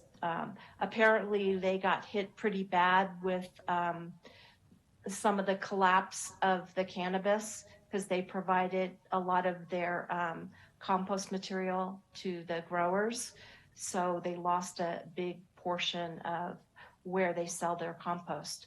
So it doesn't long-term help them if we go down this route to approve them for that increase, but it's important since we have such a long relationship with them. And the difference in this rate is really net neutral for the ratepayers, because if we had to take what's going there and send it to either Napa or Redwood landfill, we would pay more in transportation costs. So it's kind of a net wash from a ratepayer perspective. So we will be looking at that at our next meeting. But I thought you should all be aware of that, because it really does impact our ability to have a composting facility that we can send our stuff to. We have good staff at the agency that has been able to work within the contracts we have in case they do go under, so that we have capacity at the other facilities. So they've done a great job with that, but I thought you should all know about that. Sorry for the longness, but I thought you should be aware. Thank you, Vice Mayor Harvey. No, that's an important one and concerning to hear. Yeah, it was very concerning. Yeah, no, I can imagine. You certainly have some difficult jobs in some of your assignments. I appreciate what you do. Let's see if anybody else has anything for us tonight. I'm not seeing any hands go up right away, so I do have one brief thing to mention. I was invited on the 22nd to virtually attend a Safe Cities joint announcement, a rollout, if you will, that highlighted some of the new policies related to gas station bans, as we discussed tonight and begun enacting. So I was there along with mayors and representatives, of course, from Sonoma County. We know this started here, got kicked off almost out of the blue in Petaluma, and then moved to our cities. But it's actually going other places now. We had representatives from LA who are looking at this. Bethlehem, New York is taking a look at this. British Columbia, we had a representative from Lomax Valley Regional District who was there. So it seems to be gaining quite a ground. As we know here in Sonoma, we have Petaluma, Rohnert Park, Sebastopol, now Cotati, with Santa Rosa and Windsor in development. So that's 6 of our 9 cities essentially on board already. And I'm pretty hopeful that the others will follow. The county might take longer because they just have a bigger, more complex problem to really assess this thoroughly and make sure they have adequate coverage in every area of the county. So that's a little more challenging, but hopefully we'll get everything there. So I just wanted to share that. And I did mention to everybody, I thanked our colleague from Petaluma, Delinda Fisher, for essentially starting this idea through her actions. And I did thank Councilmember Ford as well and mentioned that he was the one that brought this to our attention, at least asked for it first on the city council here. So that was a good thing overall, and I thought people might like to hear about it. So with that, I see no other hands going up. We will go back. Excuse me. There we go. That completes that and brings us to information. Yes. I do see Councilmember Moore has his hand up. Thank you very much. Councilmember Moore, please go ahead. Thank you, Councilmember Sparks and Mayor Landman. I know you're having some technical issues, but I just wanted to indicate that I did work the Cotati Music Festival on Saturday, and that was very well received and very successful. So that was a good project on that. That's all I wanted to add. Thank you very much. Thank you. It's not that difficult. The problem is I can either see your faces and the stuff on the screen or the hands and your names. So it's helpful. If you have a comment, get your hand up early because I'll be able to see it. Because if I then go back to the screen for any reason, I can miss you, unfortunately, too easily. And since this has happened twice this year, I wouldn't be surprised if it happens again. I don't know what the internet gods are doing with my Wi-Fi reception, but fortunately the phone is working. So with that, we will move now to public comment on non-action agenda items. Thank you, Mayor Landman. If you would like to make a public comment, please use the raise hand icon.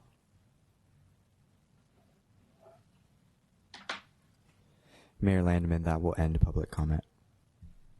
Thank you, Mr. Patterson. All right, I'll ask the city manager for item 16 if we have any information received after the agenda was posted. All the information that was posted after the agenda was initially posted has already been discussed in the various items, so nothing new. Excellent. Thank you, Mr. Obid. All right, then this brings us to item 17, adjournment. So if without any objection, we are adjourned at 9:10 p.m. Thank you, everybody, for your help in getting through a long evening, but a very good slate of work, and I look forward to seeing you all next time. Good night. Thank you, Mayor. 880 pages in just over 3 hours is pretty good. I would think so. It took me a lot longer than that to read it. Oh, yeah. Yeah. The amount of time the consent takes on our agenda doesn't reflect the amount of time to read it. That's right. Well, the good news is this the exception rather than the rule, and we'll hold on to that positive thought. Take care, everybody. Good night. Good night, everyone. Thank you. Good night.